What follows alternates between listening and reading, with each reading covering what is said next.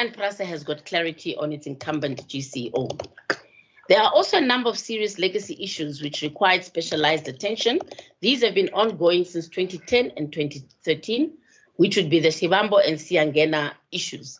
In order to accelerate investigation into these and other matters, there have been 2 SIU proclamations.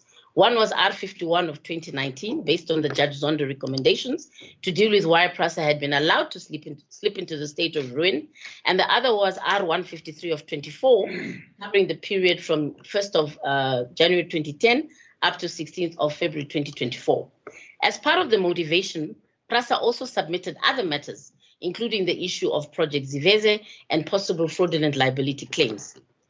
PRASA's position is with regards to the Shivambo issue, PRASA's position is that the retrieval of these 6 locomotives, which are in South Africa, as part payment, and the 17 locomotives which are in Spain need to be retrieved and given back to PRASA.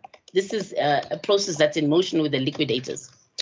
These are still matters which are in the purview of the SIU, which will present its final reports to the President, and I believe they've also made presentations to the Honorable Committee. There was also a secondment agreement that dealt with material irregularities which were identified by the Auditor General and other allegations by a whistleblower. These investigations by the SIU were completed with recommended disciplinary proceedings. The BSC has been seized with tackling the challenges of attending to the matters of the Auditor General, which had led to the organization having disclaimers consecutively since 2018 and 2019. One of the key achievements was being able in 23-24.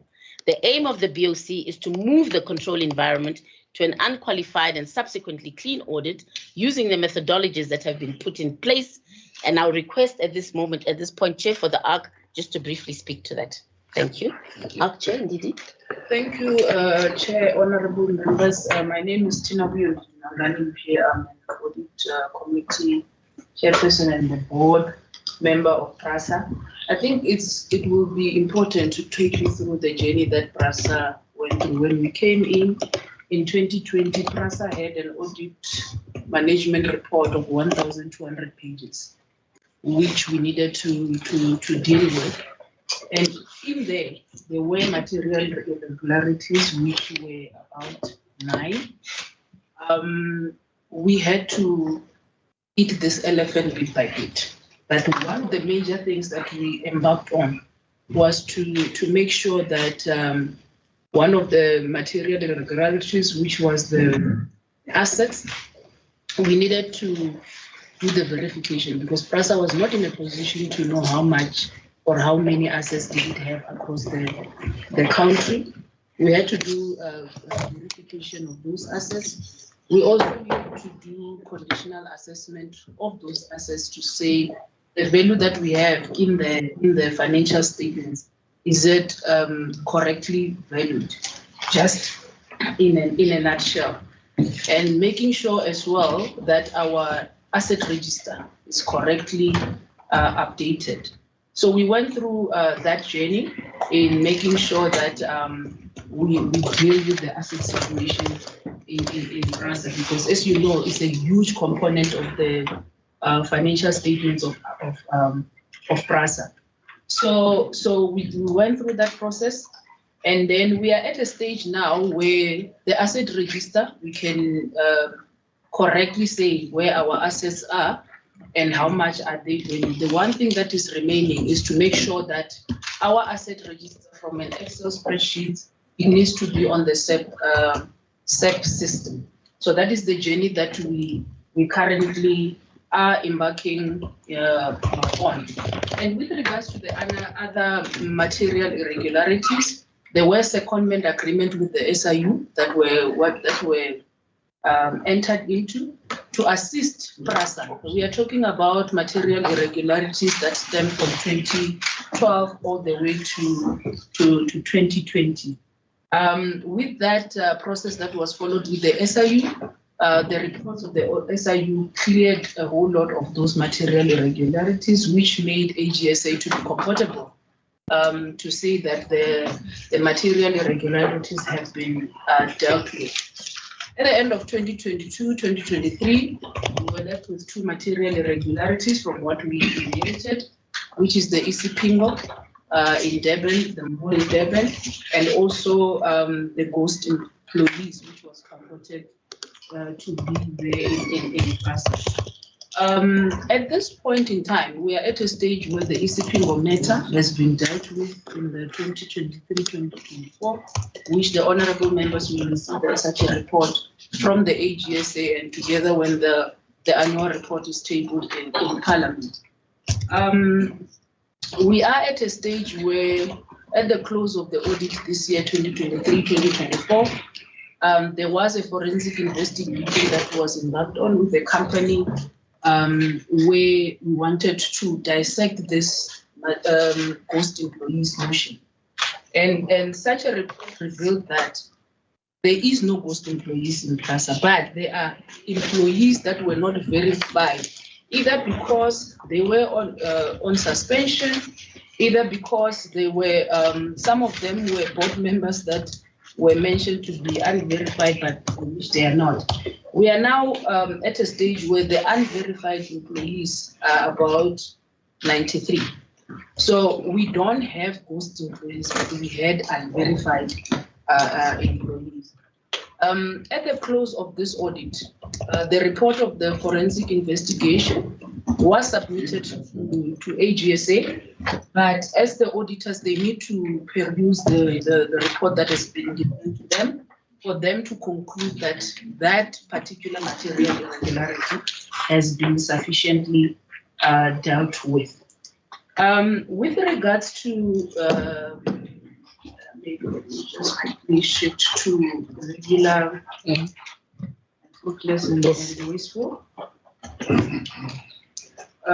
So when we started, we inherited about 30 billion of irregular expenditure.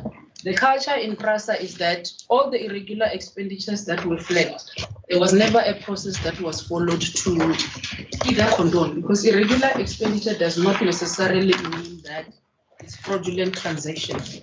It can be irregular because the processes that are defined within the organizations were not followed to the T, and hence something is termed irregular. So what the board in 2022, 2023, and also the current board is doing is that we went through a process of condonation, where we needed to submit, to go through the loss control function to see if there was value derived in the contracts that were expended, and whether there was any consequence management that was taken against the employees that was responsible for creating those irregular expenditure. We are at a point now where from the 30 billion, we are now sitting at 19 billion at the end of the 2023-2024. So the balance has been condoned, or it has been removed from the financial statement. In the current financial year 2024-2025, we have some of those irregular expenditure that are on the determination test, trying to determine whether value was derived so that it can be brought to the Audit and Risk Committee for recommendation to the board to submit further to National Treasury. So in that particular regard, I think we are pleased with the progress of trying to make sure that we condone these old irregular contracts. And you need to note that until the contract is finalized, whenever the PRASA pays to that particular contract, there will always be an irregular expenditure that will be noted in the financials until that contract is condoned. So it's quite crucial for us that that process of condonation needs to be brought to finality. And that is something that the Audit Committee tracks on a regular basis. With regards to fruitless and wasteful expenditure, most of those are derived because of the suspensions. There is long protracted suspensions that we have inherited as well, where people have been suspended for more than 3 to 5 years. There was a decision by the board that if ever you can't find any wrongdoing, the investigations that were embarked on those employees that were suspended, those employees should be brought back. So there were some employees that were brought back, but there were others that were not brought back because either they're at the stages where settlements are being concluded because their contracts are nearing completion. So we will be in a position to give an update on those because the bulk of our fruitless and wasteful expenditure is lying there. Then when it comes to late payment of our suppliers, where interest is being charged on those, we have two situations. We have funding limitations, and then the other issue that AGSA mentioned is that they cannot conclude with the fact that was all those interest that has been incurred, which is fruitless and wasteful expenditure, due to the lack of funding that PRASA is being challenged or experiencing, or is it because some of the invoices are sitting on somebody's desk and they are just not being processed for whatever particular reason? And that's why that element of the interest needed to be shown as fruitless and wasteful. Amongst the findings, there were a lot of findings that we had prior errors that were used to be an issue, assets issues that I've mentioned as well. Now we are dealing with two. Out of all the material findings that were mentioned in the past, we are dealing with two, which is the commitment list, the contract register, all the contracts in PRASA. There needs to be a contract register which shows the beginning of the contract, when the contract is going to end, so that it can be tracked appropriately and disclosed properly on the commitments. So that is one aspect that is remaining as one of the findings, which on that particular one, we have engaged the services of our EPCM. What does it stand for again? Engineering, procurement and contract management. Yeah, it always makes me get my.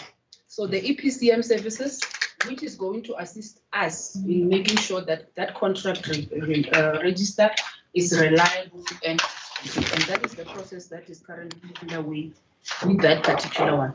Then the other material irregularity that is left was the projects which are significantly delayed. AGSA could not necessarily conclude that indeed is our PPE or property, plant and equipment load complete, because there are some other projects that are delayed by various reasons. So that is something that is also being dealt with by the management. So out of all those 1,200 pages that we inherited, I think we can say we are proud to say we are now dealing with about 60 pages of a report, because we managed, out of all the sleepless nights and the commitment of the management and executive team that we've got, to deal with those audit findings. At some point, we were at a stage where our financial statements were disclaimed because it was unreliable. The Auditor General was not sure that everything has been disclosed in that financial statement. We have also embarked on a process of reviews that gets done. When the management does the financial statements, there are reviews that are done, two reviews, external reviews, and there is also our internal audit committee reviews that needs to review those financials before they go to Auditor General. And I think for a longest of time, these financial statements were being submitted, but supporting documentation schedules to support those numbers were not going with that. And since last year, we've been able to achieve that particular milestone. As you may be aware, the magnitude of numbers and financial disclosures that PRASA has. So that's the milestone from 2020 up until 2024 and going beyond, to make sure that all the findings of the Auditor General are dealt with, and they are not ignored, and they are attended to, and the oversight from the board perspective, audit committee perspective, it's constantly happening. And we make sure by that, because we do not have quarterly meetings, but we have monthly meetings to monitor that. Thank you, Chair. Chair, as I conclude, thank you very much, Chair Vark. So, Chair and honourable members, even as we acknowledge that there has been some progress made, and that the ship is starting to turn, or should I say the train is starting to turn. It's currently going at 60 kilometers an hour. We hope to get it to 120, essentially. So even we acknowledge that, but much remains to be done. There is a lot that needs to be done still in terms of those 9 items that I mentioned. And therefore, SCOPA's oversight is so instrumental in ensuring that PRASA continues to improve its performance and delivers the quality service that millions of South Africans rely upon daily. Substantial work remains. In fact, going forward, there are going to be even more complexities because the rail system in South Africa is undergoing one of the most massive transformations that it has ever undergone, perhaps in the last 50 years, with the new rail policy, with all the new different transformational issues that are driven from a policy perspective. So apart from trying to repair the train that's already on the tracks, there are now going to be new issues that are coming in that we have to be dealing with, and we have to ensure that the company is resourced sufficiently to be able to do that. And therefore, we even will place more reliance in terms of SCOPA's oversight, and it becomes very crucial as PRASA strives to deliver the reliable service that South Africans deserve. Your visit, therefore, Chairperson and honorable members, ensures that PRASA can be held to the highest governance and financial management standards, and that it can return passenger rail to its status as the backbone of public transport. Thank you, Chairman. Thank you very much. I'm assuming that your Chief Executive, the Chief Executive, will then take us through. Yeah, let me suggest that we complete the picture, because I expect you'll get into some of the detail concerning the issues, and then we will then ask questions. Yes. Yeah. Thank you, Honourable Chair, honourable members. I'll be providing a presentation giving you an update on the performance of PRASA. And we've also structured the presentation in line with the request we received from SCOPA to really focus on the recovery, operational performance, the financial performance, looking at governance and compliance, cost-saving initiatives, as well as consequence management. So that's how we've structured the presentation into those various categories. You will see, Honourable Chair, in terms of the content page, the various areas we'll be addressing. And as the Chair of PRASA has said, and hopefully you would have seen from the site visits today, that there is significant progress that is being made at PRASA, but the job is far from done. There's a lot more work that needs to be done on our side to ensure that rail does become the backbone of an integrated public transport system. So while we will indicate some of the achievements that we have made, we are fully cognizant of the task ahead and some of the key things that we need to address in the short and medium term. We will touch on the recovery program, Honourable Chair, including the operational performance, some aspects of that. And then I think the Chair of ARC has in quite a bit of detail covered some of the audit matters. There are a few slides, but I think we'll then go through that very quickly because it's been covered by and large already. Looking at the financial performance, which you have indicated very importantly, Chair, that we do have some discussion around that, around the performance and where we are going forward in terms of the sustainability from a financial point of view. But wanting to touch on some of the aspects that I think came through quite clearly in the briefing with the AG and yourself around particularly the ICT challenges that we have, as well as the matters in the SCM space, procurement challenges, project management challenges that we will touch on. And Chair, I'm thankful for you making the reflection earlier around the SIU and the AG, because certainly we see and we value the interventions and their presence in terms of what they need to do. In fact, we've got a very constructive professional relationship with Ilse and the team that I think the teams are working well together with the objective that through no favors, but we get to a point where we're moving towards a clean audit. And I mean, that is a journey that we are on. And I think we value that relationship. The same with Katlego and his team from the SIU.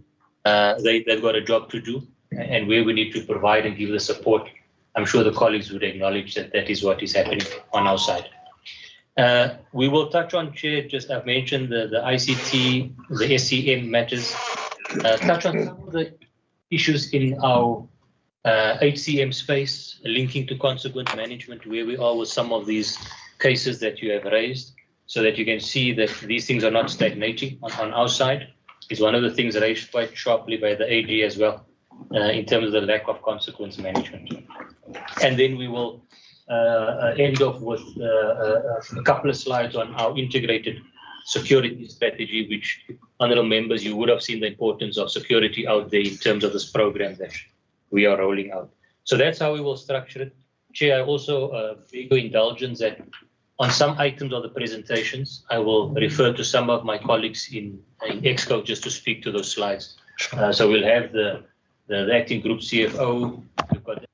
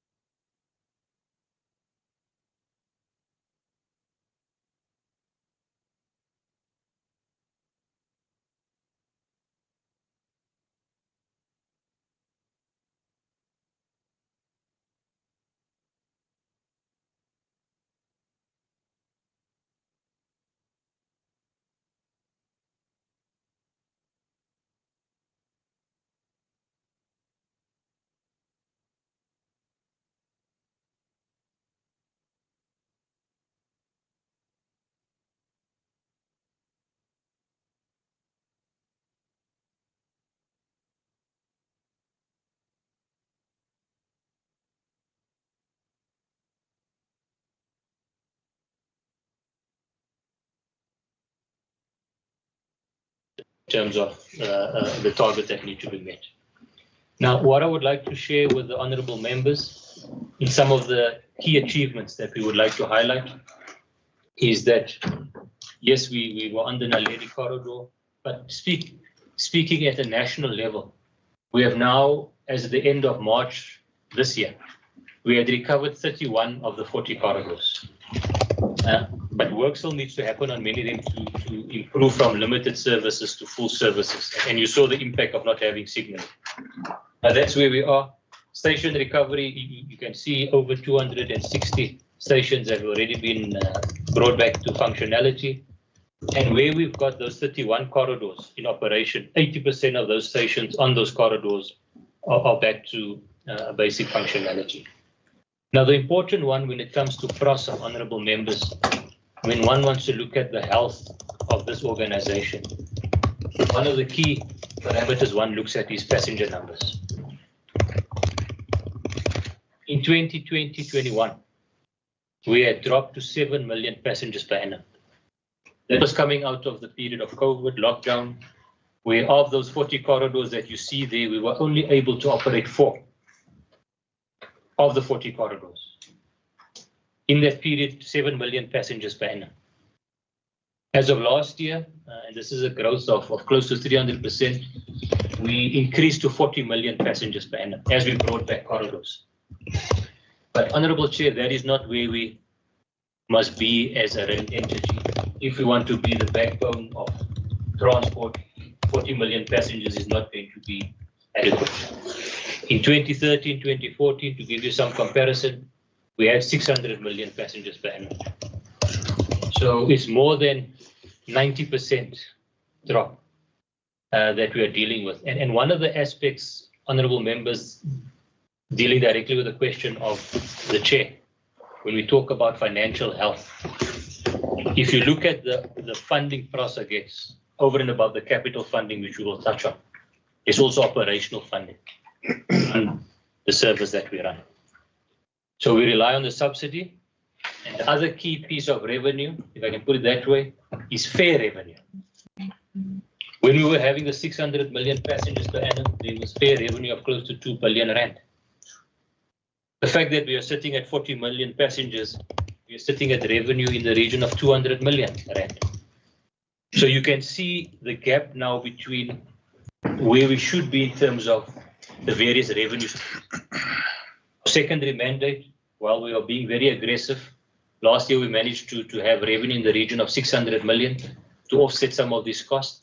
But without getting the passenger numbers up, Honourable Chair, there will be the challenge around the sustainability of running these services during this period of recovery. So we have raised quite sharply that there would be a need during this recovery period dealing with some level of breaching finance. To get us through this recovery period, we brought back the numbers. We've got sustainable revenue streams coming in. And we've had those discussions with our shareholder and also with Treasury. But I wanted to highlight that in terms of the point you raised earlier. Remember the EMU we spoke about, that's the blue train, Isitimela Sabantu. You would have seen we've got 230 trains that's delivered from the factory. What I just wanted to mention, honourable members, is that contract that we have with Gibela is for the manufacturing of 600 trains. So we are just about a third of the way through with that contract. And next time, as we said, we'd like to take you to that factory. A third of the trains has been delivered. But as we are recovering the corridors and we don't have signaling running, we're still running a limited service. You can see from this slide, we've got 200 and plus trains, but operationally we're only using, well, at the moment it's sitting about 125. So there's quite a bit of them that is also not in operation because of the limited service. But we are rotating these trains throughout the country and on the various corridors. Safety and security, we've seen significant improvements, reduction in security incidents in the region of 70%. And if we focus on number 7, this is looking at our secondary mandate, where we're looking at private sector participation, development leases that we are dealing with, I mentioned on the trip the issue of the Cape Town station development, what we are doing, we will be doing at Park Station, at the Tippett building, and various sites around the country in terms of looking at participating with the private sector on some of these developments. You have seen at Naledi Station, key also is the appointment of operatives. And this looks at the cleaning and maintenance of some of our stations, appointment from the communities. As at the end of March, we appointed 71 cooperatives across the country.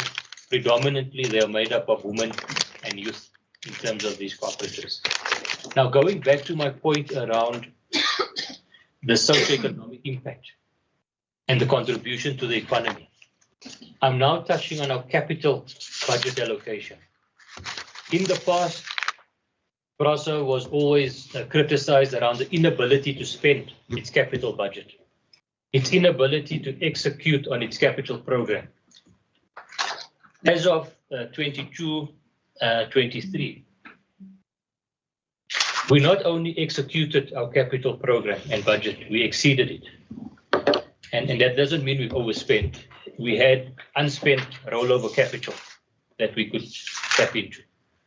22-23 was the first time PRASA not only met its capital allocation, it exceeded it.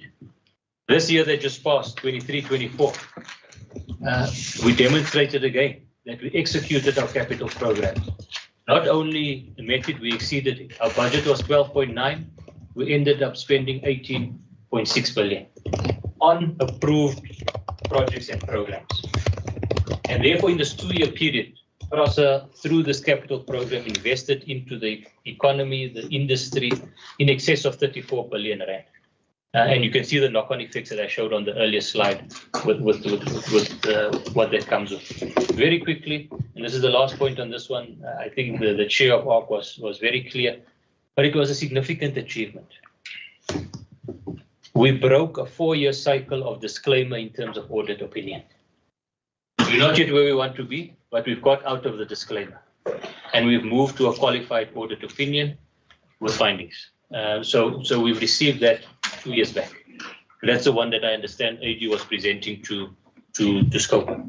So it came through a significant effort, as the chair has indicated, to get to that point and break that cycle of being disclaimed.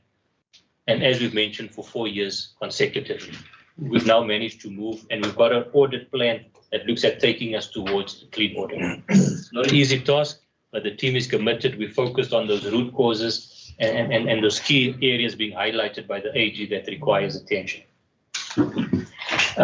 This, I think I've covered in what I've mentioned earlier in some of the slides. And just moving quickly on to the recovery. And that's how we spent some time pointing out to you the overhead traction, the substations, the fairway. This is just giving you a very high-level summary of some of that national investment that has happened. So when you look at those substations that we saw out there today, we've recovered over 60 nationally of those stations. When you look at the OHT, the overhead electrical traction equipment, we've rebuilt and recovered 1,000 kilometers of OHTE. We've replaced 588 kilometers of transmission line. We've replaced 860 meters of rails. And you can see it is all listed there in terms of some of the infrastructure interventions that has gone into this recovery program. This slide speaks to those 40 corridors, honorable members, that I spoke about. 31 of the 40 has been recovered. What's interesting here for your attention is we've broken up the various corridors in terms of what we see as priority and secondary lines, but also indicating lines that are owned by PRASA and lines that are owned by Transnet.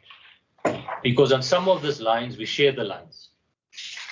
A good example is, I know many of you spend a lot of time in Cape Town. You will know the Monte Vista line as an example, the one that runs along the N1. We run services. You probably see more PRASA trains on that line, but that line is owned by Transnet. And that dates back to 1990 when they separated and attached the various assets to Transnet and PRASA. And at the time, it was based on a majority user principle, but also lines that gave access to ports and harbors were kept with Transnet. And initially, that line added link into the harbour in Cape Town. So we've also indicated that. You will see that many of those lines we still need to recover, Honourable Chair, lines that belong to Transnet. And we are in discussion with them how do we fast track some of these corridors that still need to be recovered in conjunction with Transnet, and also reviewing some of these assets whether it should be transferred to PRASA rather than sitting with Transnet.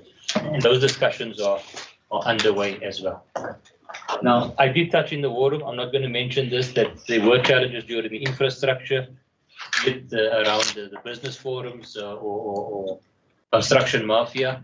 And maybe the other one also, with the extent and magnitude of our recovery program, we also saw, and also what we've seen happen internationally, we were also impacted by global supply chain disruptions, which had also impacted our ability and some of the timeframes that we had set aside. Critical for this, and the slide at the end that I'll get our head of security to speak to, is the integrated security strategy and plan that we have implemented. And there's basically, in summary, two phases to it. Phase one was increasing the physical boots on the ground as we started rolling out the infrastructure. We are now moving into phase two, which starts looking at technology. You've seen it at the depot. And you've also heard mention of in future with the drone technology, CCTV, and so forth that we are rolling out. But important also in this program was ensuring we've got very strong and transparent stakeholder relationships with the communities and key stakeholders along these corridors to ensure that we've got buy-in on this recovery program. I'm skipping those slides. I've also touched on this one around the passenger numbers, but maybe the point here to mention is that this year, as we're still recovering, the target is set to grow from 40 to 60 million passengers. The next year to 113 million passengers. I think it's 116 million passengers per annum. The Minister has also made it very clear to PRASA as well as our sister company Transnet that when we talk with the vision of 2030, we want to move towards 600 million passengers per annum. So we need to make sure that our recovery is accelerated and ensure that we're the backbone, and in doing so being more sustainable in our operations. These were the slides. I think, Chair of ARC, you actually covered these slides quite extensively. I'm going to skip them. I think it just shows how we got to the point of breaking that cycle of disclaimer. And all these key improvement areas, the Chair of ARC, I think, spoke to quite well in terms of those interventions that we have dealt with. We do have just 2 or 3 slides that we'll speak to very quickly, because I think there were 2 areas specifically that I think has come up around the supply chain management as well as ICT. And I want us, if you can just speak very quickly to these slides. I'll move it here, so if you can move closer, you can also just speak to it. Okay, thank you.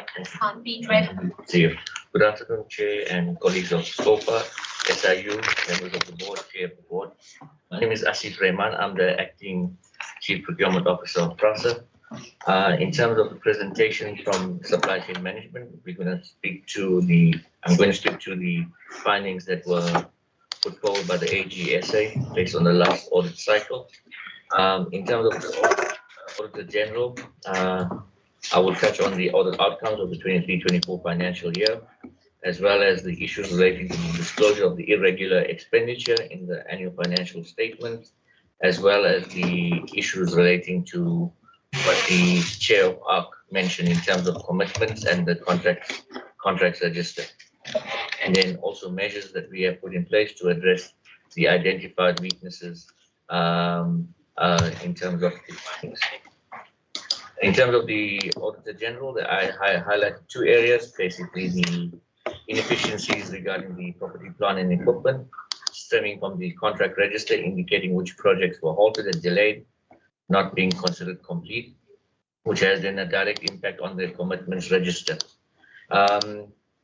These relate to largely, the commitments register relates largely to the SCM processes, including the inability of our ERP system being SAP to provide the required reports. and then in terms of the non-compliance with legislation resulting in irregular expenditure of 5.6 billion. In terms of the irregular expenditure, the AGSA has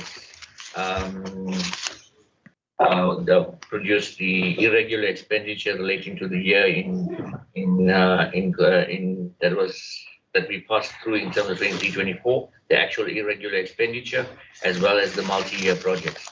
Multi-year project relates to projects that have been appointed in previous years, but rolls over various financial year in terms of expenditure, as well as completion of the project. In terms of 23-24, as you can see, there was a 4.7 billion in terms of multi-year projects. This 4.7 billion irregular expenditure largely relates to a few key projects, which is the general overhaul project, which is the refurbishment of the old fleet, the legal panel contract. However, in terms of the legal panel, we have appointed a new legal panel, which has gone through an open tender process. We have irregular expenditure relating to security. These also historical security contracts, as well as recent appointments. And then lastly, we have a few irregular expenditure relating to ICT and signaling. In terms of the commitments addressing the identified issues, the business together, SCM together with the business, which includes finance, we are developing a document for SAP to include the required control measures.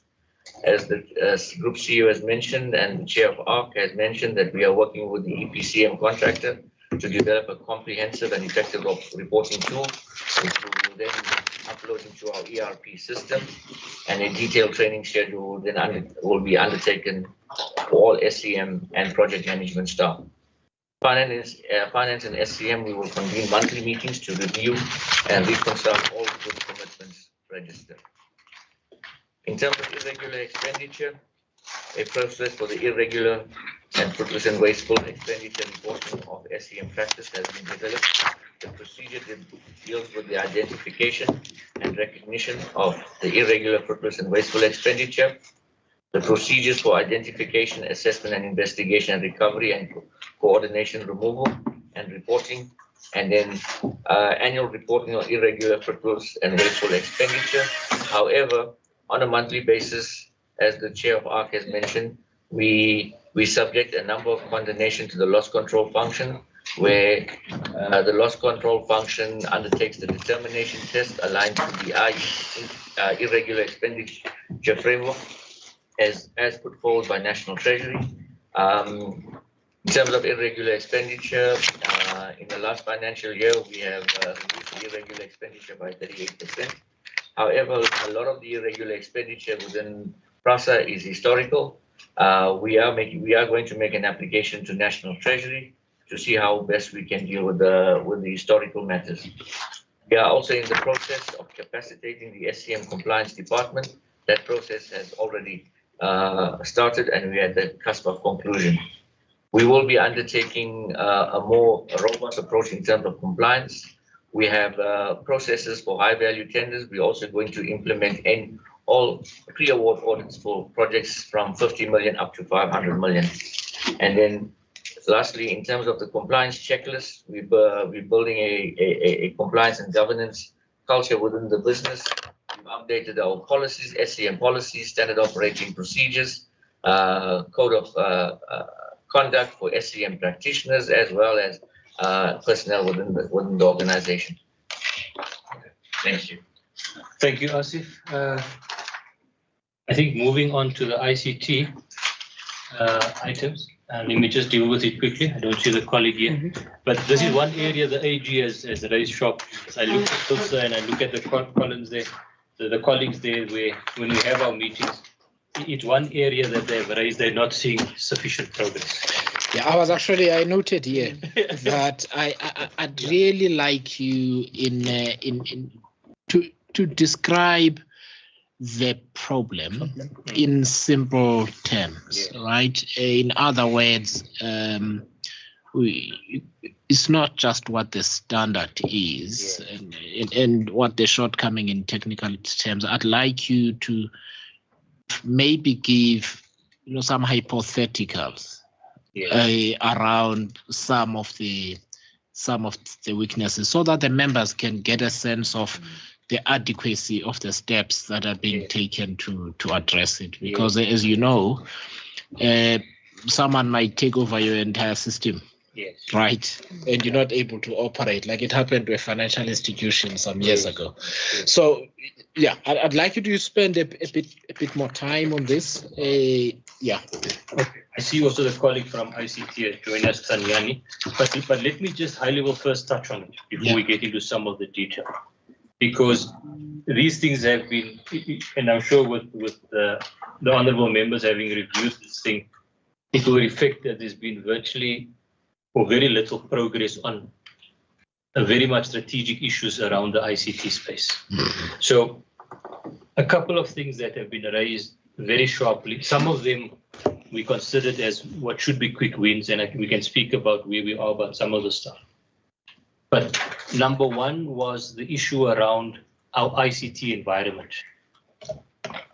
Just in terms of the systems in place, the firewalls that we've got, the security systems in place, and the let's call it being susceptible to cybercrime.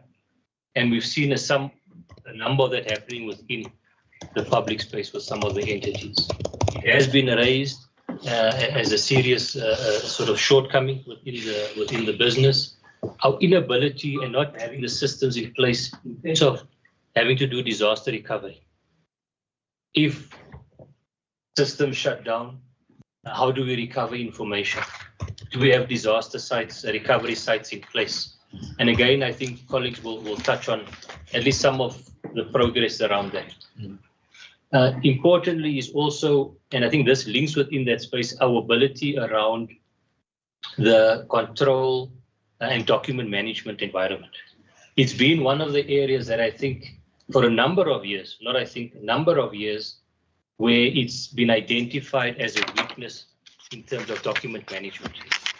So again, we can speak around what has been done around the cloud and document management systems that we need to be dealing with in terms of addressing those challenges.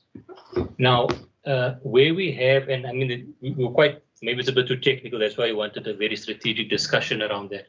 There are a lot of areas that we started to deal with. But where it also starts, Honourable Chair, is that the issue about capacity, capability, and leadership to drive the ICT mandate has also been a critical gap within, if I call it, weakness within the ICT environment. We have in the last, particularly 6-month period, we started capacitating with some critical skills in that environment. And the gentleman here is one of them that we have brought on board to assist with that. The acting CIO that we brought in, unfortunately, could not make the meeting today to deal with that. And then just recently identifying the importance of this oversight role and guidance within the ICT space. Just recently, together, that the discussions at the board level is that we needed to institute and establish an ICT committee, the subcommittee of the board. And we've now received approval from the minister at our last AGM, where she's given approval for the establishment of the ICT committee, which will be chaired by a board member, but also to deal with bringing some experts, external experts, to sit and guide on that committee at the board level. So that's another key intervention that I think is taking place to ensure we do have the right oversight guidance within this ICT space. I just want, Chair, if you don't mind, because we won't have to run necessarily through these slides technically, but I would like the colleague just to touch on a few things that I may have missed in terms of the key challenges that we have, so that I think we are upfront around those weaknesses within there. We are not here, and I think that's what our approach is, not here to make it sound as everything is. No, it's not that. We do have challenges. We do have significant things to address. And Tanyani, if you can just quickly speak and speak to the challenges that we have got dealing with. Oh, sorry. We certainly don't want you to fall. No, you can just talk. Yeah. So thank you very much, CEO, and thank you very much, everybody. I think all protocols observed. Yes, indeed. From an ICT perspective, we do understand the challenges that comes with ICT. In particular, when we talk about cybersecurity, from PRASA, what we've done, we managed to identify the key sources of issues around cybersecurity. I think issue number one is cybersecurity exposure as a result of connections that are coming from the outside. We call them external exposure. So we've identified that one, and then we've got an initiative that talk to how then do we deal with exposures around cybersecurity that are coming from the outside. We'll talk about that one. And then number two, you also have exposure that are not normally coming from the internal side. That normally talks to internal controls and all the things that you have internally within PRASA, and we can talk about that one. And then the last one is actually what we call the third-party suppliers, risks. So all those three categories are the main causes of some of the cybersecurity issues that we're dealing with. So if I zoom into them one by one, just to talk quickly about some of the key initiatives that we, thank you very much, that we were trying to put together to address each one of those components. Number one, we recently put together what we call the Security Operations Center in partnership with one of our suppliers, the key experts in the industry. The intention there is to really go and make sure that we do what we call a monitoring of our key entry into PRASA. And we were glad to say that we're trying to see the fruits of what we're doing in that space in partnership with our third-party suppliers in there. They're able to go and start picking up some of these attacks that are trying to come back into PRASA. Just to give you context on that particular one, we deal with close about plus or minus 1 billion transactions per annum. And out of those 1 billion transactions, you need to go and identify the bad ones. And that is what that capability is trying to give to us in there. Very much interesting, and then it's trying to give some fruits in there. So yes, it indeed is not simple. It is war. I can tell you that these cybersecurity experts are trying. They continue to get better and better, and they're trying to be ahead. Then we need to be following closer to them as quick as possible to make sure that some of the things, some of the techniques, we are actually ahead of them in there. Closer to it, we talk about what the CEO was talking about, what we call the perimeter, fencing. Here we're talking about the firewalls. It's critical that as we activate our Security Operations Center, we also make sure that the entrance into our facilities into PRASA is secured. It's like a fence, it's like a gate, it's like an outside gate of your house. Strengthen that one. From a PRASA perspective, we've got two of those. We've got one that is outside facing, we've got another one that is inside facing. We just implemented those, and we're starting to see the fruits of some of those stuff in there. Quite critical that we actually make sure that we highlight that one. On top of that, we then realize that as we get closer to the threats that are coming from an internal perspective, the biggest chunk when we analyze some of those threats in there is what we call the old infrastructure. We have too many of those old infrastructure within PRASA that we need to get out of, we need to decommission. That's one of the biggest components in there. So box number 3, in there where we talk about the private cloud, that is where we're trying to address some of this old infrastructure. We then decided we're not going to reinvent the wheel. We'll go out there and partner with people who have done it before. That is what we call the private cloud. So we've done that one, is successful and is implemented. We are in the process of migrating our technology to the private cloud. And I can tell you that once we do the migration from the old environment to the new environment, most of these audit issues will disappear. In fact, at some point, when I was talking to our colleagues, we were even challenging that AG can come back and audit us maybe somewhere around January. Once we have done the migration, most of these audit issues will disappear, because it's really the biggest contributor is all the infrastructure that cannot be patched, that cannot be managed. So that component is really addressing that issue in there. And in fact, when I did my mathematics in there, about 70% of the outstanding audit findings talks to that. It's all infrastructure that cannot be managed in there. So we're fixing that one. As you go down in there, we'll then say, look, as part of doing this, as we're putting all this infrastructure, you're putting the Security Operations Center, you need to make sure that there is end-to-end monitoring we're dealing with that component in there to make sure that, we are able to pick up all these threats proactively before they become an issue. So we're doing that component in there and leveraging on some of the contracts that we have currently to make sure that we will really, extend them up to, to the maximum to make sure that we address some of those components. In the middle block in that talk to the skills, that's what the CEO was talking to. We really are saying we've got a challenge in here in terms of the skills within the organization from a cybersecurity perspective.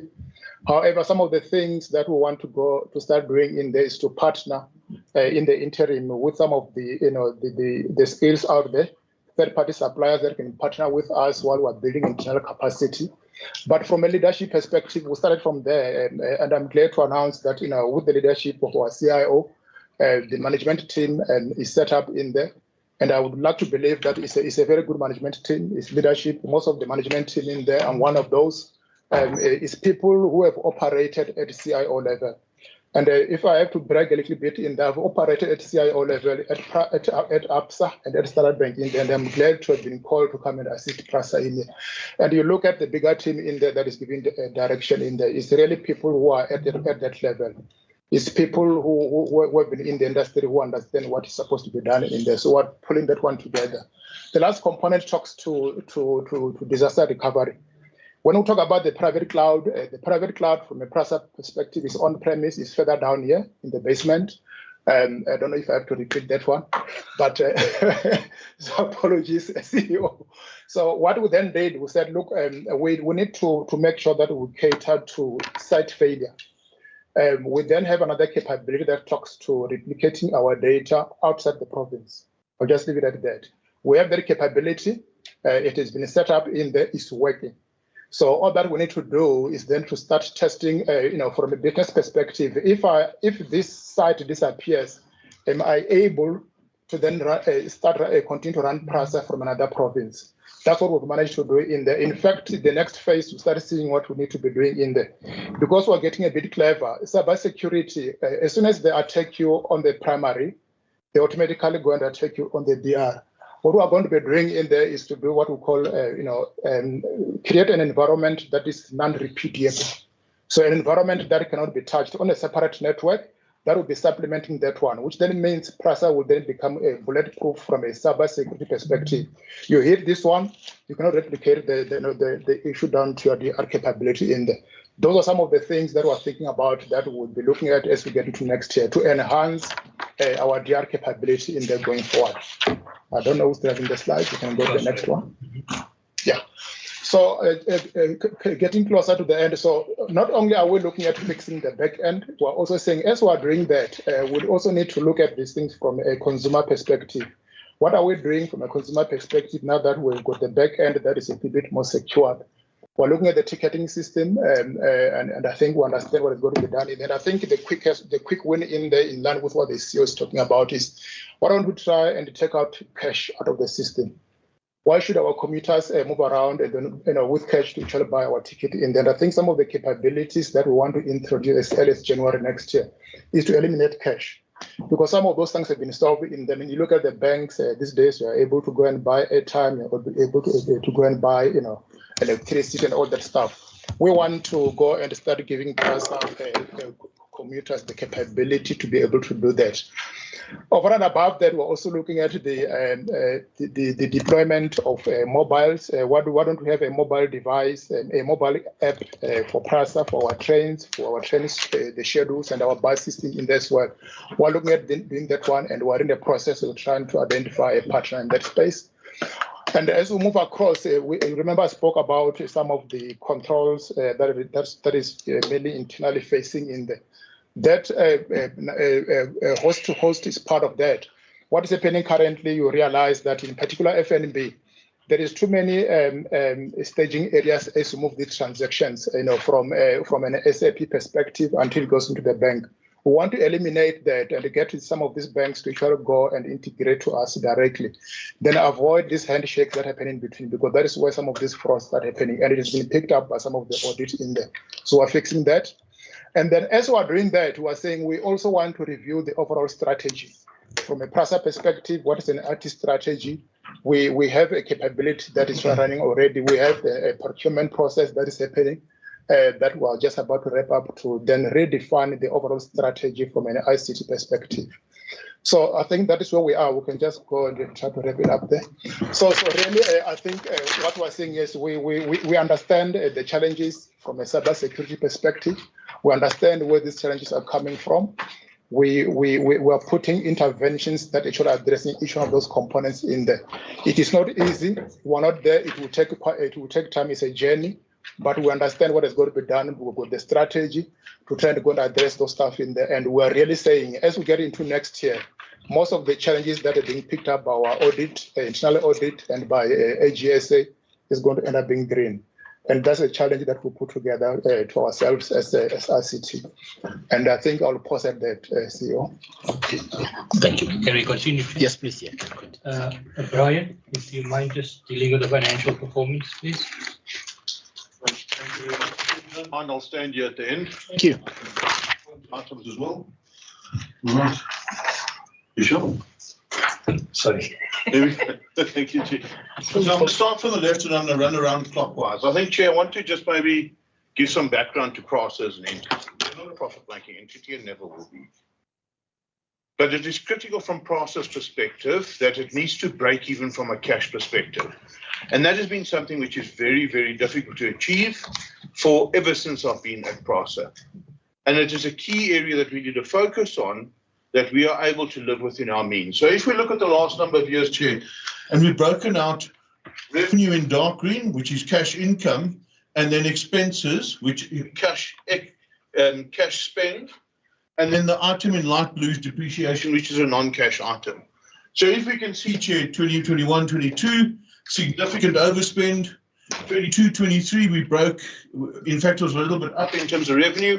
We had a reallocation from CapEx to OpEx to be able to assist us in that year. And then if we look at 23, 24, we have an overspend again in terms of the actual cash spend that we have incurred. If we focus on the revenue items, Chair, I think there's two major revenue items that we receive from government. First of all, I'd like to highlight the items in purple, which is a capital subsidy we receive, but that is not available to defray normal costs in terms of operations. And if you look at legislation, it is critical. We have to keep our capital costs separate from the operational costs. So you will see in the blue, we have the operational subsidy as it comes through to PRASA, but we cannot spend across each item. We have to keep it from a legislative perspective. Capital must pay for its way, and operational costs must pay for its own way in terms of moving forward. What I do want to highlight is obviously as we are busy with the rebuild program, we can see that fair revenue contributes very, very little to the organisation overall as we are present. And that when we look at other revenue, so rental income, as well as interest income, far exceed what fair revenue currently contributes. And I think the GCO has already spoken to the limitations and challenges we are dealing with to be able to increase fair revenue. Now, the increase in fair revenue is going to be critical because these large surpluses or large income we've generated from interest income. So if you look at this year, 23-24, it was just over 1.5 billion in interest. The previous year was 1.6 billion in interest, and the previous year was 1.4 billion in interest.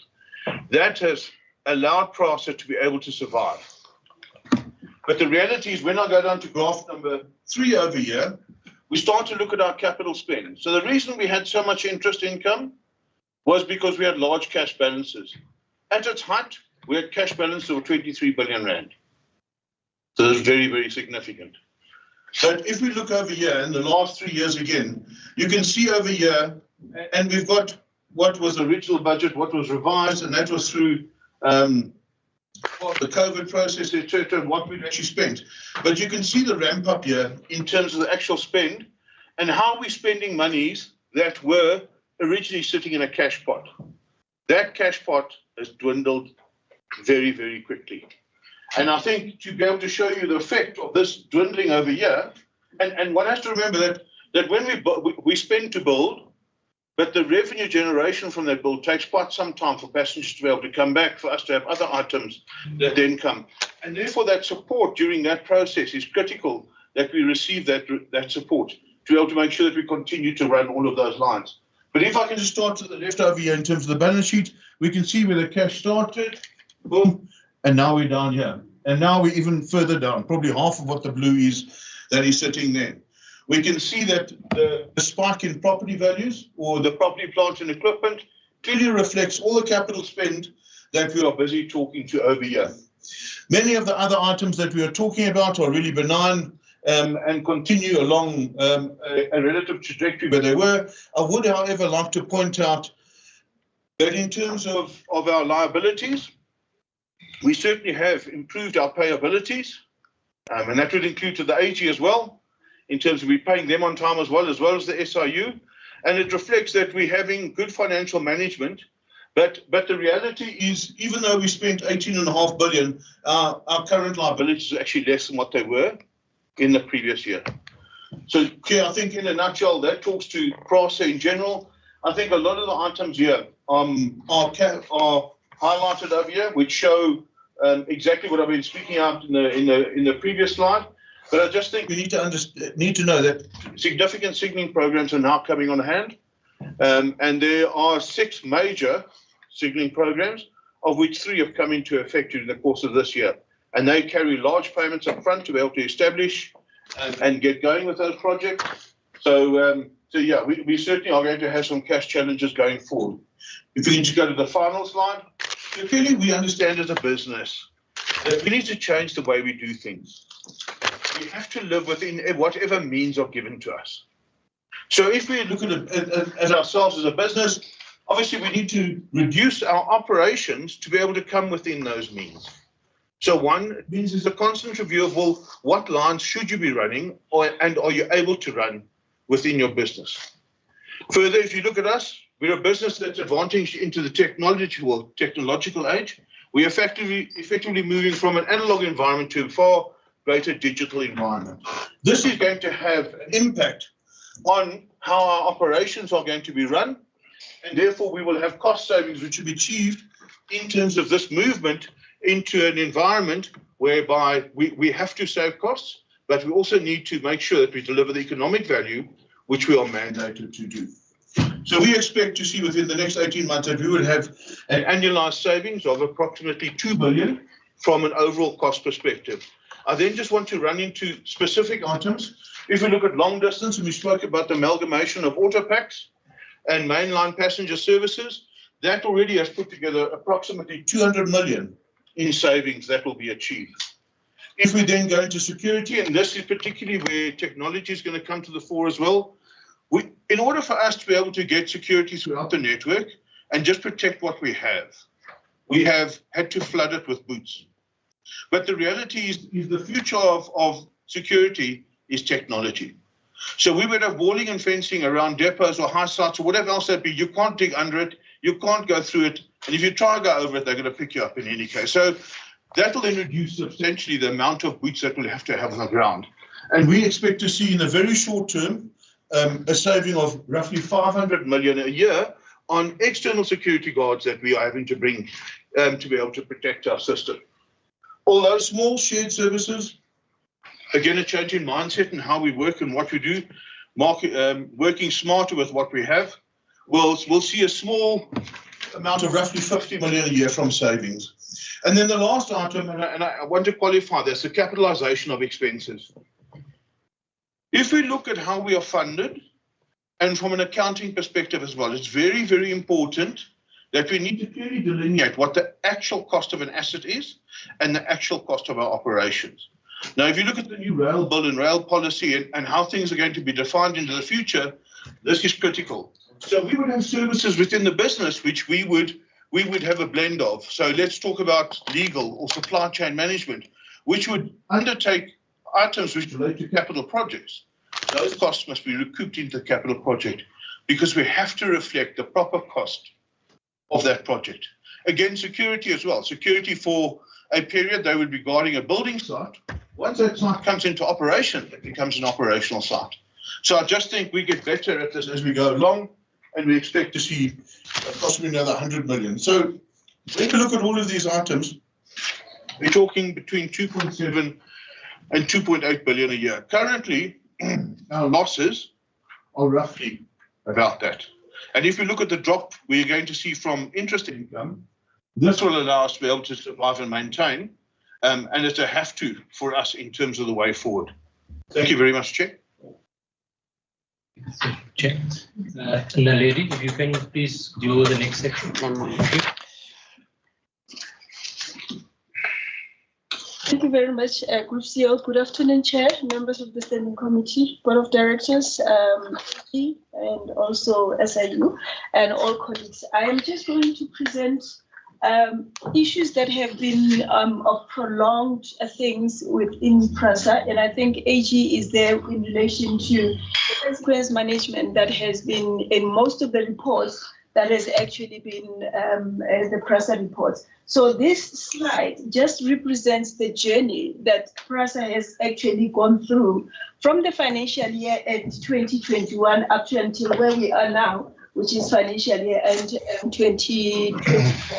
Now, at the end of the financial year 2021, there was about 38 suspensions, active suspensions that were actually at executive level. And when I mean executive level, you would recall that the slide that the Group CEO had actually put across in terms of the entire PRASA group. So these figures explain the entire PRASA group. And in that, there was only about 67 disciplinary cases that were ongoing and at that time. So if you look at also this information is actually supported also by the audit outcome that AG had actually come up with in relation to that, and also some of the reports that had actually came out, the feedback that came out on the conclusion that came out from the reports from SIU, that most of the investigation and actually have not yet been implemented. So that culminated actually to 2023. We are sitting with only 7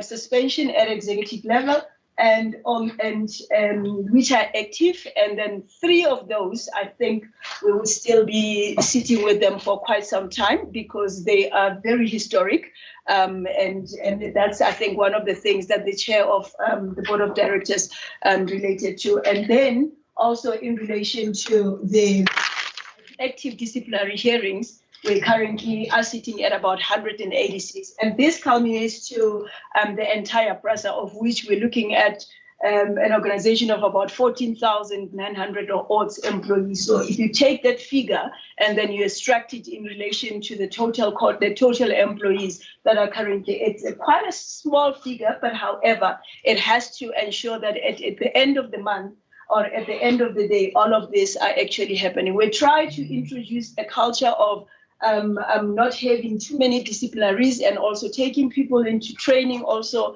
our own chairpersons in terms of how to actually chair the disciplinary hearing. Those are some of the measures that we have actually put in place, and also to try and reduce the suspensions that are long. One of the things that we have tried to do is to actually review our own codes, because in terms of the codes that the DC codes and also the grievance codes, we did not have those specific measures that we can put in place so that we can deal with the issues. I think we can move to the next slide, Group CEO.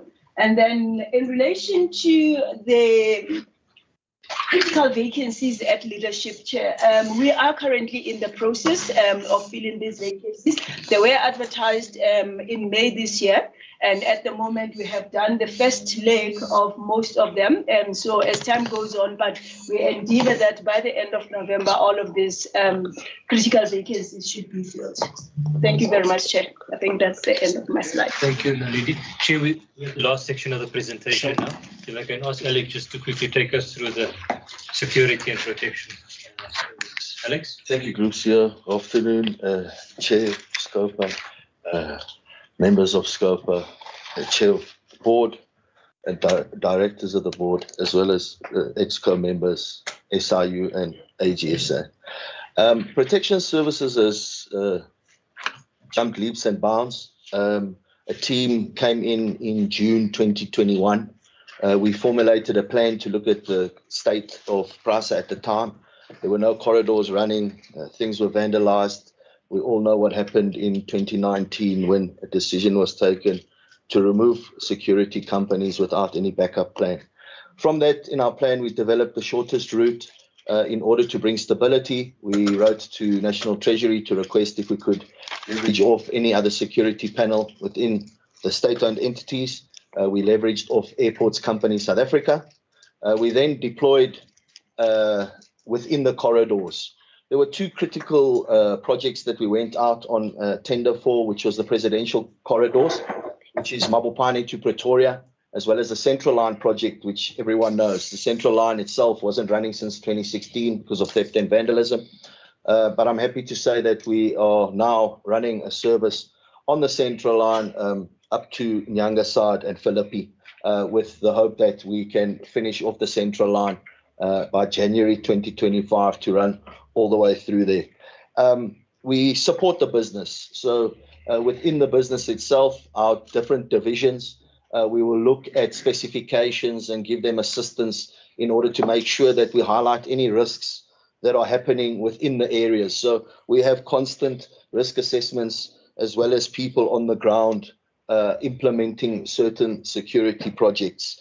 Our fencing and walling project remains very critical. Colleagues would have seen today the walling around Braamfontein Yard included the integrated security with the technology that has been deployed there. And as Brian had said, our first phase was basically to flood our network with boots on the ground and to take back our infrastructure from the criminals that had vandalized and come into the space, which we have successfully done. There was a tender which specifically were done with exact specifications. Specifications we then took to the various security clusters, like state security as well as crime intelligence for any inputs and oversights. This was then put out. This was then put through our BSC specifications committee, and it went out to the market. It closed on the 7th of August, and it's currently in evaluation with state security that is doing oversight within that evaluation. Just jumping ahead, you'll see that our plan in terms of security has jumped leaps and bounds.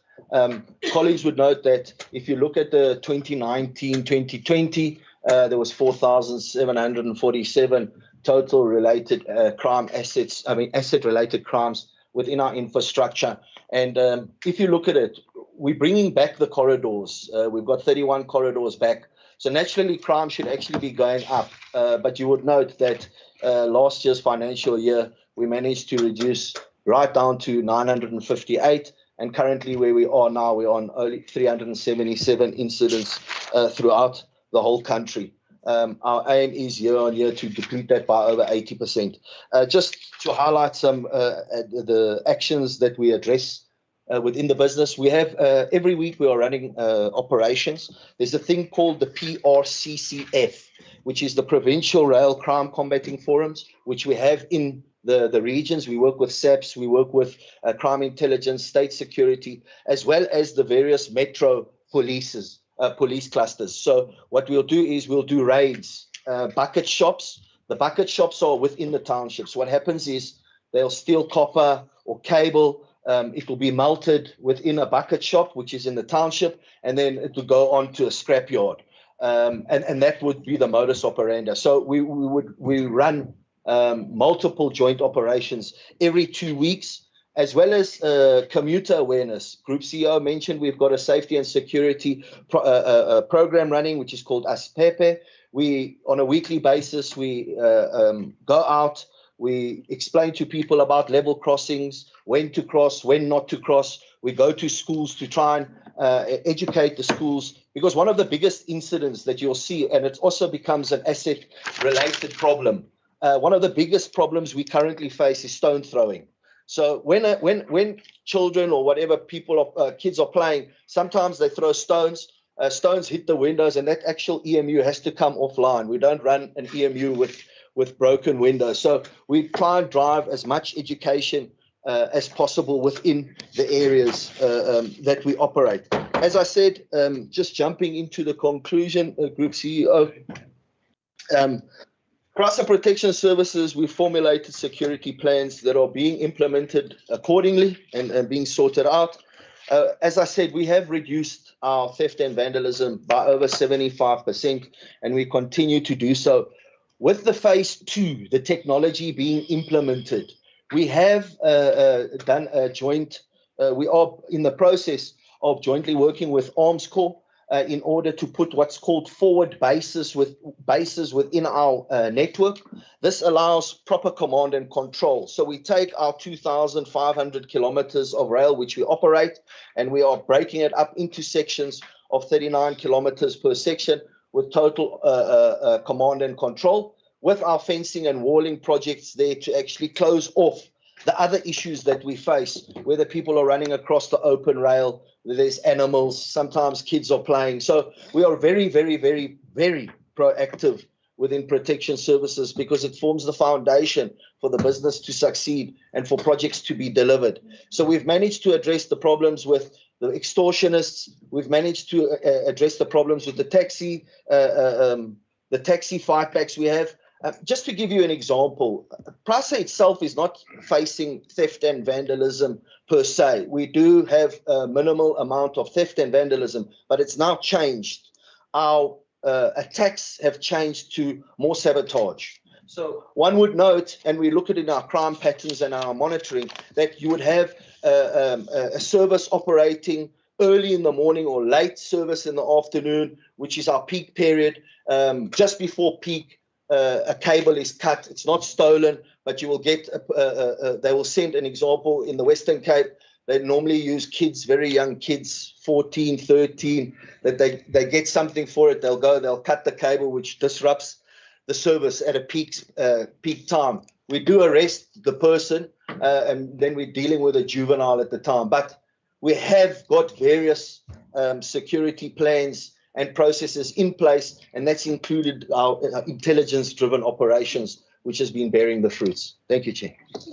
Thank you. Chair, that's the end of the presentation. Thank you. Thank you very, very, very much. So may I suggest, so my intention is to get us out of here ahead of 5:30. Oh.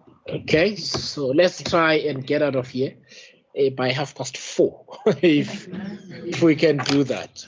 But that requires that we kind of as efficient as possible.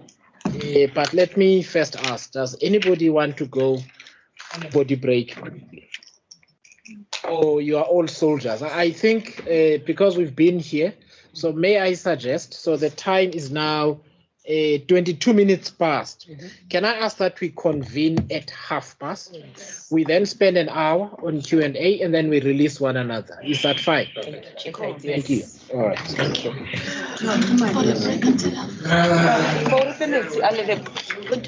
We didn't mention it.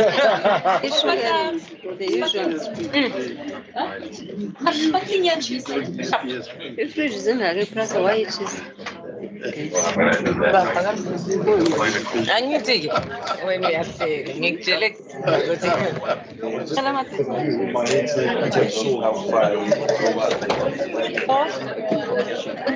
not this? What we are begging at? This is okay.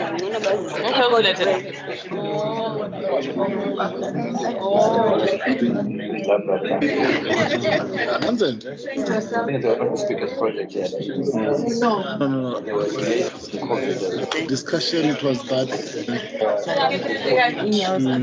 move out. The latest it will be month end of November. Tomorrow again. Site visit exercise. Because I can move out currently in October already.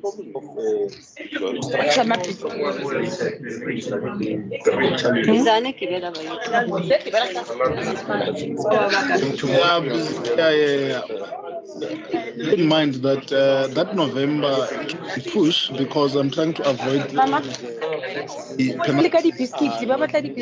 for the contract itself.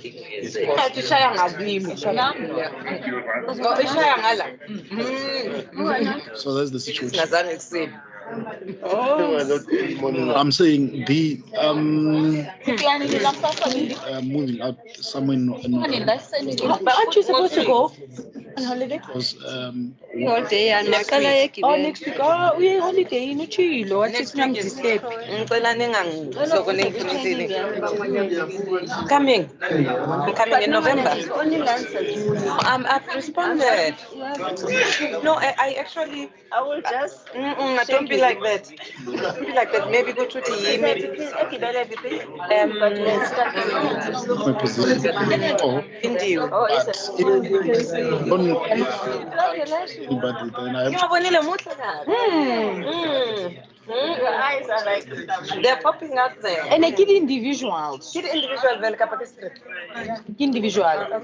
So let me tell you, I went to do my pixie haircut. I do it in Alex. And then She says you can't do it. And then and when I got there, I said, getting what you're saying. so the eyelash. Some up I can here somewhere. maybe you can have someone. It means So it's a sorry. Oh, I don't know what type of glue they use. See, I have no eyelashes as we speak. Yeah, no, but creating God. no, Marway, that's I went with my thing. But you mustn't do this. You must go back. No, you have to go Alex. I'm telling you. And your husband told you to stop going. No, I did stop. I usually go hide. Then I ran out of time. end of what? But But if you are not winning, it's gonna take a year for them to come out. Oh, okay. All right. That is why it may be better to make because Yes. Oh, you sorted. Yeah. Yeah. we're doing well. Yes. Yeah, I agree. Yeah, I'm a board member. Juna is better now than what it was. Wait, what's happening? Remember, we told you. Oh, it's okay. So, mind you, who is it? It's me.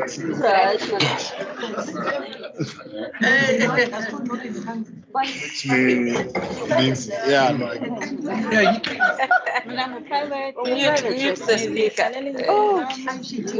Yeah, but remember, what the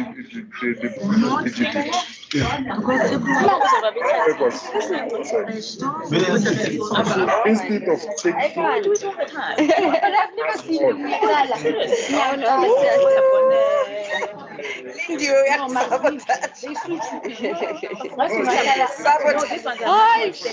because so that we're left with one of the things that is why I always Thank you. I've just said so. in our arrangement. Let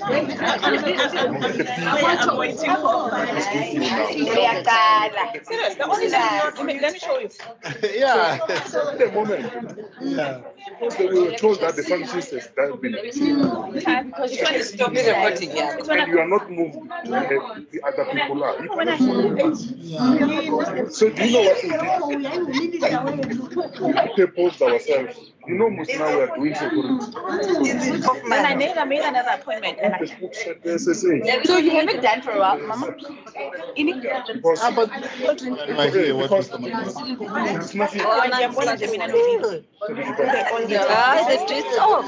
It's my time. No, but the mute thing. Then I said, we have a bit in our own DDG. Don't do the knows from that distance. You know what happened? In the branch. I confess back. So they saw that woman that no with the entity. She lives there. Yeah, no. And you know what they did? Everything. Yeah, cheers.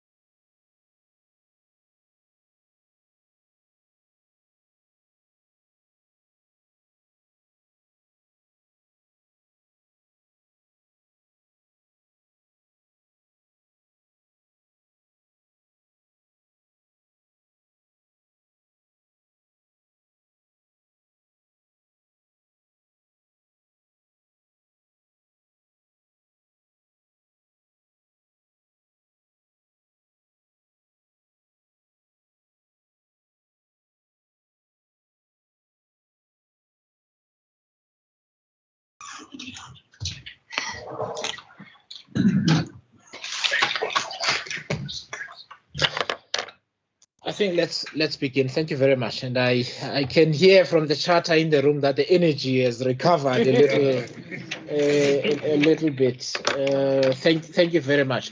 So, Chair and Group Chief Executive, thank you so much for the presentations, and your colleagues who presented to the committee here and to everyone who's here. So I'm just going to maybe offer a summary. So the way I'm going to do it, I'll offer my views. I won't ask any questions yet.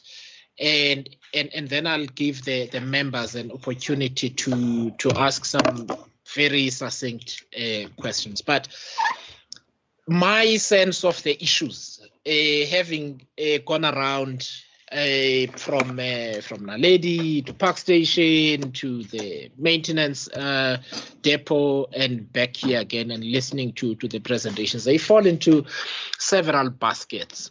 The first is sort of I would say the fixed infrastructure issues.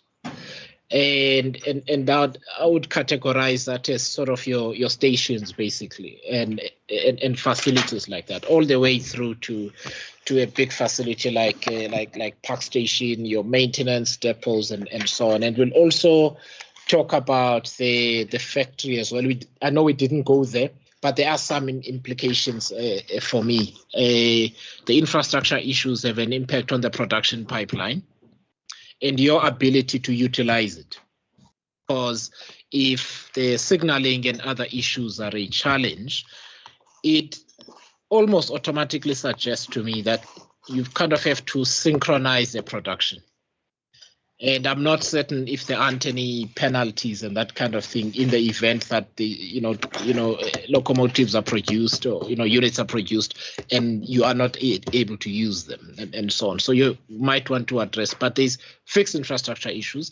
There is then what I would call, still under infrastructure, the rail and related infrastructure, which is all your sort of the work that you need to do with the tracks, the signaling and so on, which would solve some of the problems that we have with passenger volumes and that sort of thing. So they're infrastructure issues. The second basket for me appears to be security environment. And I'm not talking about problems necessarily, I'm just saying as a theme of discussion, the security is an issue. It is an issue, and what I'll do is I will use both. I will use security in an overarching way. There's physical security, and then there's the security in the IT environment as well. So that would be the second basket of issues. The third basket of issues for me has got to do with things that we've dealt with, a lot of historical issues, but there's one experience I have of South Africa, and that is wherever there's capital expenditure, the bad guys come out of the woodwork, right? So you always need to be 2 steps ahead. The corruption we saw between 2010 and today, the initial Kickstarter of that was an announcement, was a decision by the government to spend 740 billion to stimulate the economy after the global financial crisis. You then saw the worst of South Africa as a result of that, because people want a slice of it. It's no different with this recovery. So there are some questions I think that are necessary around how the supply chain and related environment is strengthened, all the way to vetting of people and ongoing monitoring, not just of process, but of people, lifestyle audits and these kind of things. But there is issues that arise out of the capital expenditure, and these are not necessarily in sequence. Then there is your underlying business model. Because we do need to have a conversation around, because and I think it's Brian, your point in the presentation is right, that when you include in accounting terms the subsidy you get from government in the revenue calculation, and that's open to policy fluctuations, in the sense that this year the government might decide in this coming financial, we're going to cut that further. What does that do? And what does a robust long-term financial stability formula look like? What percentage of your revenue should come from ticket sales? What percentage of that should come from transfers from government? Do you want your rental and other income to be such a huge component of your revenue? In fact, it is your biggest outside of subsidies from government. And yet you are the passenger rail agency, you're not a property company. So what do we do with that for the future? So there are questions pertaining to the business model, and then there are HR matters relating to just which critical positions are still open, the processes that you are busy with in order to make sure that those are closed, the suspensions become necessary, the vetting of employees, both in terms of appropriateness for role, ethical and otherwise, but also whether they are suitably qualified. So in my head, having gone through today, those are the issues, those are the themes that have surfaced. So I will always let the members ask questions first, so that if they cover any of the questions I have, then I ask just a few questions. At the end. So if we may do that, Honorable Nilmay looks like he's chomping at the bits to get going. So I'll give you a chance to go first, and then we'll, Honorable Atkinson. In fact, we'll just go through. Okay, everybody's keen to speak. Thank you. Good afternoon, and let me appreciate the presentation. Thank you for this morning's walkabouts and for the train ride. I really enjoyed that. I just have a few clarity-seeking questions. While we were on the train, you mentioned that there's a piece of land on the side that you were thinking of doing housing on that. My question was housing versus government housing. Would you consider possibly selling that land to HDA, to one of the housing agencies, and rather taking that cash and using that to develop somewhere else? I did actually have a plan for what you should use it with, but in that line, instead of becoming involved in the housing industry, you focus more on the passenger rail. But it was a very good idea, bringing housing closer to the stations, but going into partnership with HDA, the Housing Development Agency. That was the one other thing. The new trains, where are they? And I did have that conversation with you this morning. Are they practically going to be used? And if not, could we not sell them? That was another thing, in the sense if they're not practical, the pros and cons. And selling the stock, the train stock that you have there, you have sold and probably refurbished to our neighboring countries, because we all have the same rail network. I mean, yeah. So excuse me for asking that. Then the other thing that I read on the auditor's report was, and the chair did mention, property, plant and equipment.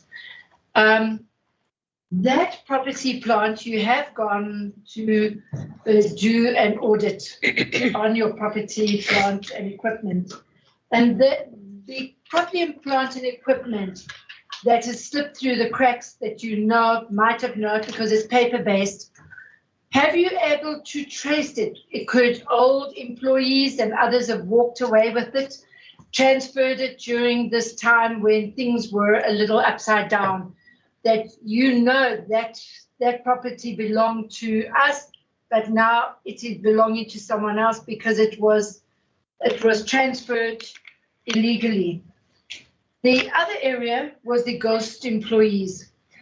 very interesting because I have a name of a ghost employee in East London that I'm going to be handing over, who actually brags that he's a ghost employee of PRASA, and he doesn't work. He just gets paid and he's doing something else. So that is a very interesting thing to know, how did these ghost employees really come about? The last thing, I'm very impressed with your safety and security coming from that background, your drone technology, and I think that you're heading in the right direction. The risk that I do see is in your cyber and your ICT.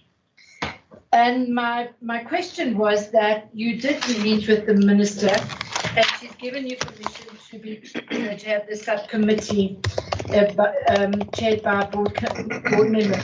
Is there no state cyber experts that can come in and assist you? You can go to the private sector because you're saying now you will be bringing in people from the private sector.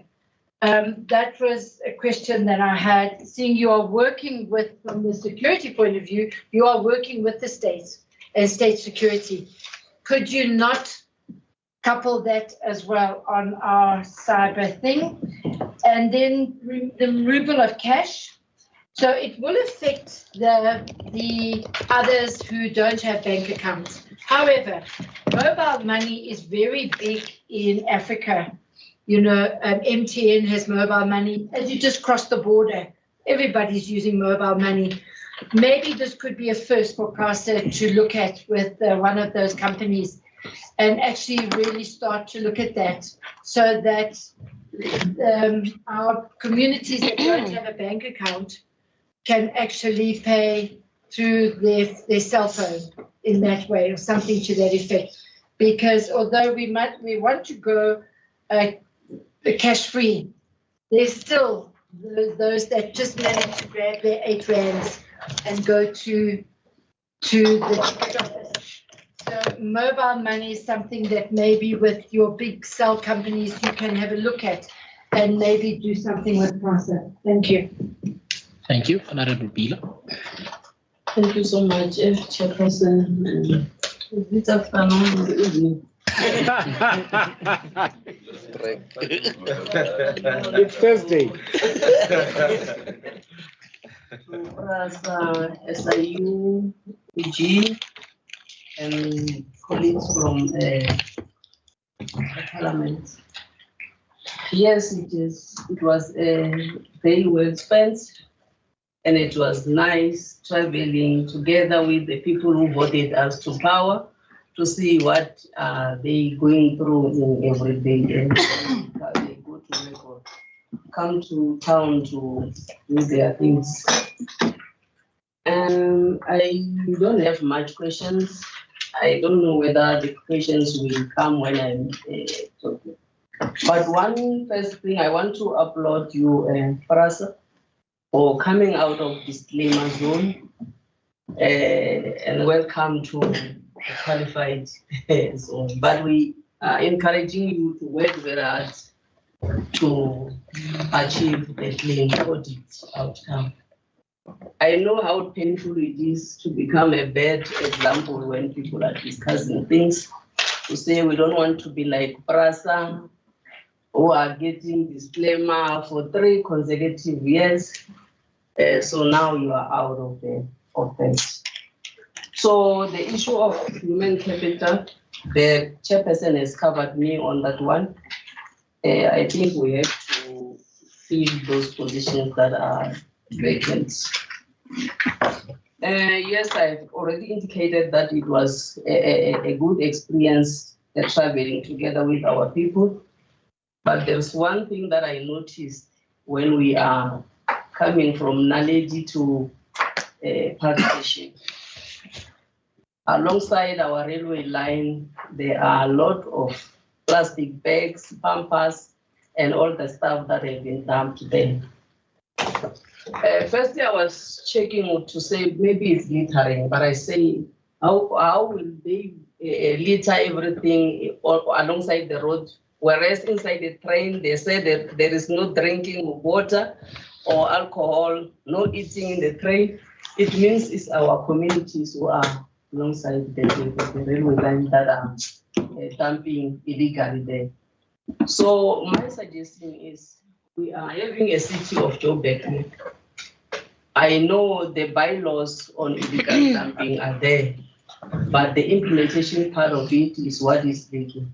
So I will suggest, or I will propose that PRASA, together with the city of Joburg and Irregular, let's make sure that our railway line or near our railway line is clean. Our trains are very nice, beautiful, and attractive. So you will find sometimes the tourists can be willing to travel to Vilakazi streets using our train. So it will be not good for them to see those dirty alongside the road. One question that I have is that, is there any plan soon for the Stimela Shavanu to take us from Park Station maybe to Musina, for example, or to Polokwane, or to Malamlele, where I come from? We will be the happiest people to see Shitimela Shavanu, Shitimela Shavatu in November, taking our people to. Thank you so much. Thank you. Honorable Isaac, it's your turn. Thank you, Chairperson. I thought we'll have an opportunity for introduction in the beginning. Oh, sorry. But I mean, it's been a long day. Anyways, I'm Farad Isaac, yeah, and I'm a member of the SCOPA team. So happy to be here today. Awesome day in the real eye-opener. So thank you for that. I enjoyed the train ride. I owe somebody £8.50 for my ticket. So please let me know before I leave. I need to refund that. Chair, yeah, a few things, and please forgive me, colleagues, if I'm here, there, and everywhere. But you know, I've been listening, and I've been trying to apply my mind, and I've been trying to read up. So I'll try to be concise. Okay, firstly, before I forget, I made a little note here. A few years ago, I had a holiday, my wife and I, and we put our car on the train here at Park Station on Shosholoza Mail, and we went to Cape Town. And I had my own car there, and it was awesome. I spent all night on the train and had dinner. What happened to Shosholoza Mail Premier Class? That one's close to my heart because I'd love to do it again. So if you can just enlighten me on that one. And then, colleagues, to get down to the serious side of things, I scribbled some notes. Can everybody hear me? Yes, Am I audible? absolutely. Yeah. Your annual financial statements, you opened up with that, Chair. And what I needed to just find out and check, you're still continuing to use consultants in terms of compiling your annual financial statements. And obviously it has a cost bearing on you. And there remain vacancies. And I'd like to try to figure out, you know, what are you going to be doing about addressing the filling of these vacancies instead of using consultants to continuously taking care of compiling your annual financial statements, which also, ironically, in the last 2-3 years, having used these consultants, still these financial statements in terms of Auditor General's reports have really not been somewhat credible, if I can use that word. So I wanted to touch on that. And then, of course, again, I might be here and there. You alluded to the suspensions and the cost of and the implications of these suspensions. I need to get some concrete numbers, figures. How many people is PRASA still paying currently as of today that are suspended, that are sitting at home? And also, what is the total monthly net cost of these suspensions that are being paid monthly? Or if you want, you can compound them and give me an annual figure, because obviously it's having a huge bearing on taxpayers' money. So that's the one I wanted to check on. There was a reference to invoices in 30 days, invoices that are not being paid in 30 days, and the interest that's been compounding on that. And obviously, you must realize that this is having a huge effect on small business and medium businesses that you might be procuring from, who also rely to a great extent on the VAT inputs based on your payment of 30 days. Because it has an implication on their cash flow in terms of the invoices for output. They look forward to receiving their money for good supply. So I wanted to just get your response on that, because the interest is a huge issue. Yes, there's one on depreciation and the value of your assets. Again, you know, forgive me if I'm out of order, but colleagues, if your financial statements don't seem to be credible, then how do you quantify your assets and the depreciation of those assets? I mean, is it just a numbers game? Is it an exercise of these consultants that you employ, that do debits and credits and journal entries? I mean, for how long is this going to go on? Yeah, okay. Because after all said and done, with due respect, colleagues, I mean, PRASA is a business. It's here to make a profit. Okay. And of course, I've touched on the financials. Supply chain management and the vetting and the value for money.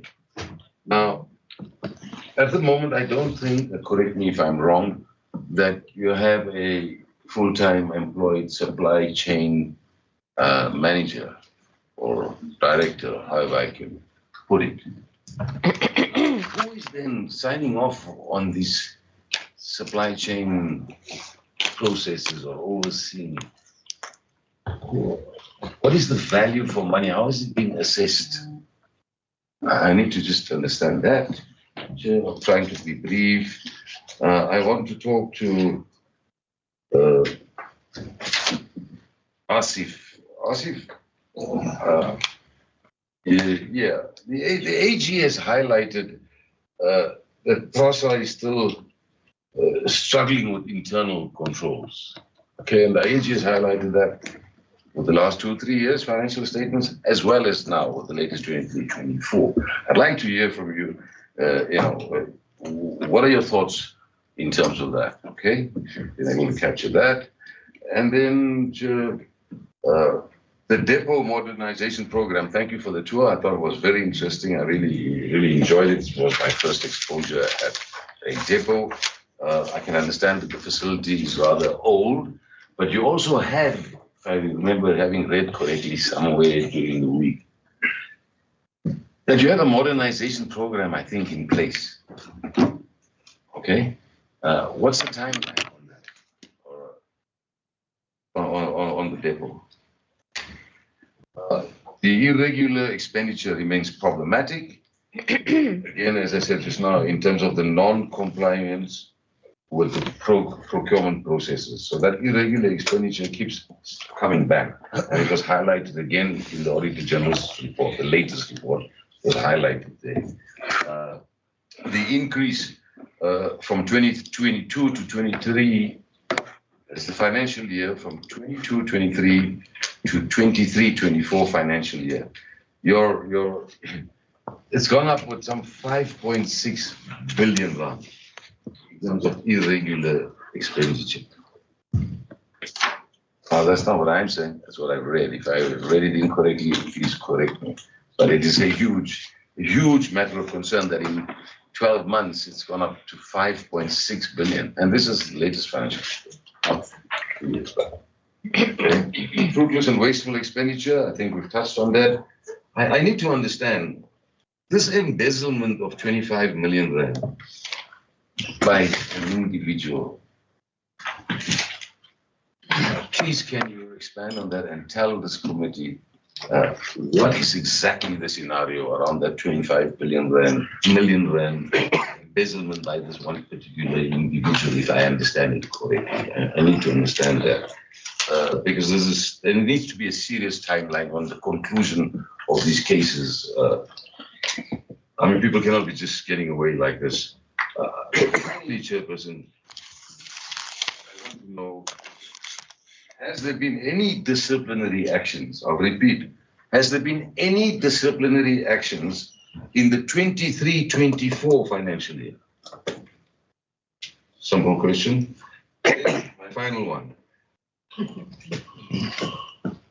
The issue surrounding these ghost employees was touched on by my colleague. Now, my question is, how or who decided that individuals that were charged did not include recovery of money from implicated officials? If you understand that, what I'm saying is there has been irregularity spending and misconduct, okay? Now, somewhere in the AG's report, there was a settlement with an individual. But part of the settlement was that there would be no recoupment of any monies. Now, I'm sure you understand my question and you know what I'm referring to. So if I could just get some clarity on that. Chairperson, thanks for the opportunity. Thank you. Thank you. Honourable Atkinson. Thanks very much, Chair. I've just really got two main points to make, and the one relates to this chart here, total asset-related crimes, and the fact that it's come down so dramatically. I mean, it's at 377, it's less than 10% of what it was 10 years ago. So I think that's an incredibly positive thing, because as we're chatting about CEO when we were on the train, we're just saying it's so difficult to move ahead if you're constantly trying to make up what's been stolen or destroyed. You know, if you're actually at a point now where you're down to such a low level of asset-related crimes, and that's a very positive sign for the business. So I just want to make that point. And then the second thing I wanted to say was, I think it's been mentioned twice about, you know, maybe you should focus on your passenger carrying business and not on various other things. I beg to disagree on this one.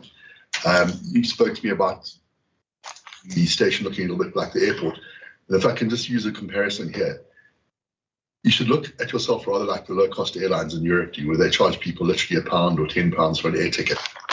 But they're some of the most successful businesses, some of the most successful airlines in the world, and they make the most money, but it's all out of the other things that they do as well. And that's why I think if you can make more money out of your property portfolio, if you can do things like advertising on the railway stations, you're aiming one day to get back to that point of 600 million passengers. I mean, I think advertisers would salivate over the fact that they could get to 600 million people.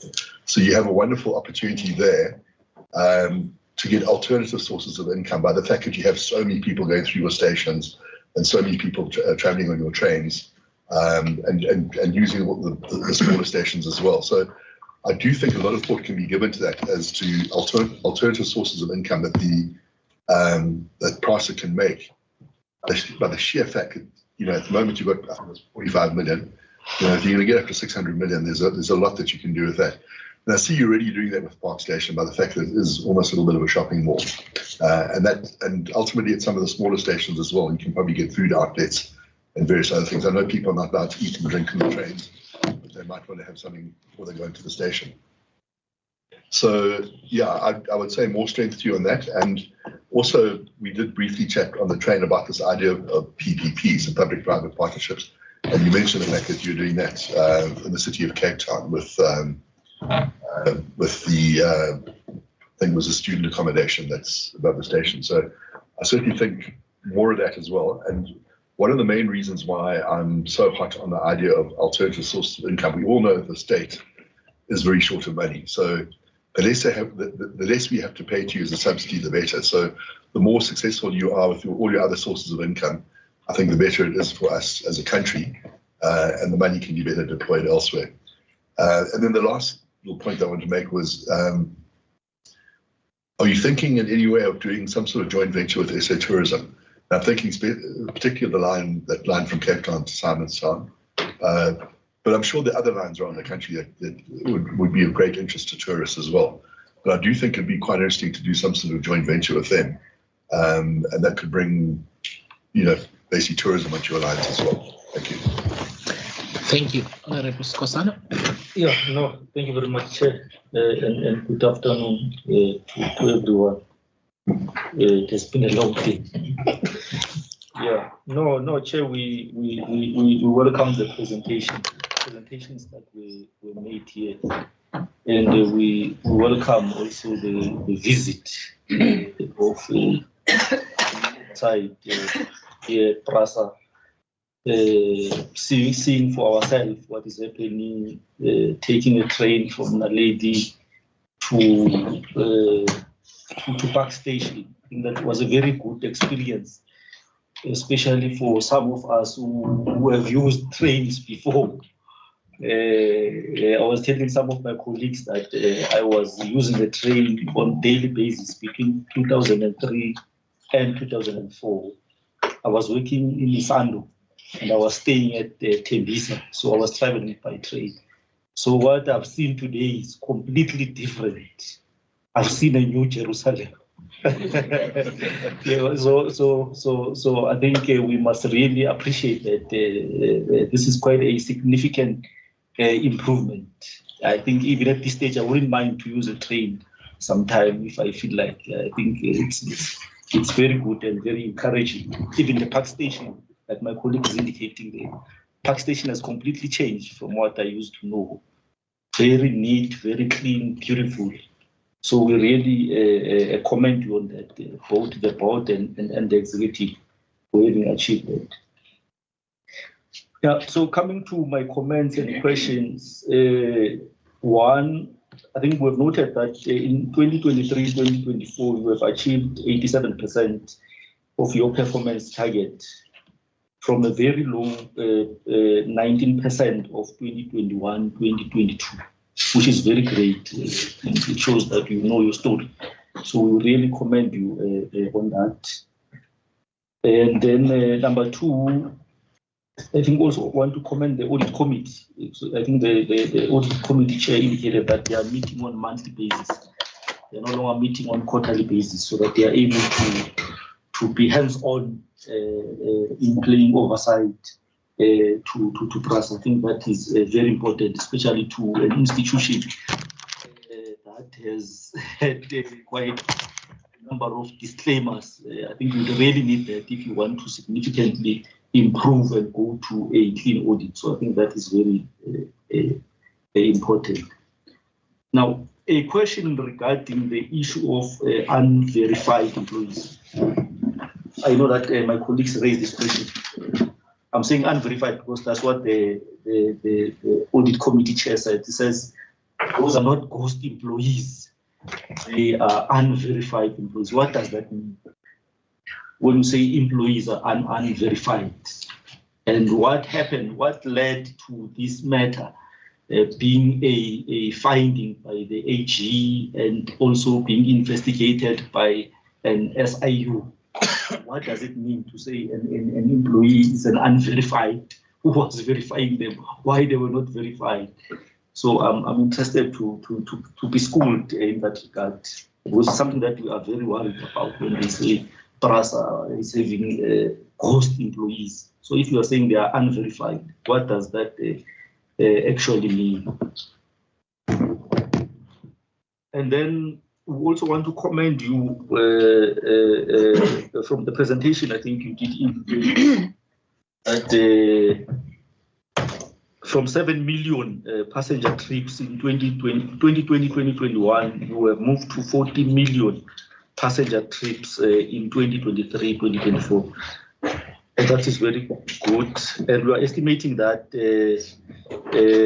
by 2024-2025, we will be at 60 million passenger trips, and by 2025-26, you will be at 113 million passenger trips, which that is very good. But then my question is, does it mean that at that time, you will be having more trains? Because one of the issues that was raised by some of the passengers there was the issue of shortage of trains. And I think there were other, young gentlemen who said there's a challenge from Park Station to Naledi in the afternoon. There's I don't know whether it's 2:10 or 2:10, a train. But then after that, there's going to be a 20:05.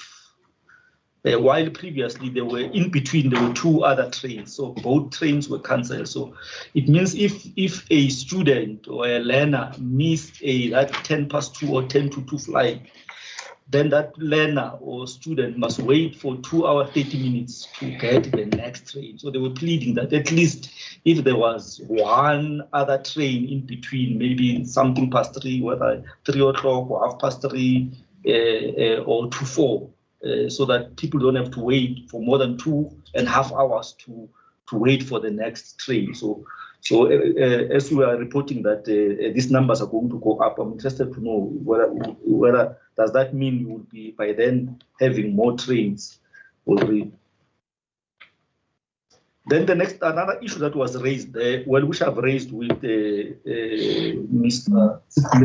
Khabutli, is it Khabutli, the regional manager? Yeah. Well, I don't know whether it's an over-exaggeration, but I think quite a number of passengers raised that sometimes security officers, they sit down in the train while passengers are standing, including senior citizens. And I think passengers, they find that to be improper. That how can security officers who are on duty, they are sitting down while the passengers, people who bought tickets, are standing, especially senior citizens. So I think it's a matter that you need to look at. It. I think it doesn't argue well. But also related to that also is the issue of the 2 coaches that are reserved for students.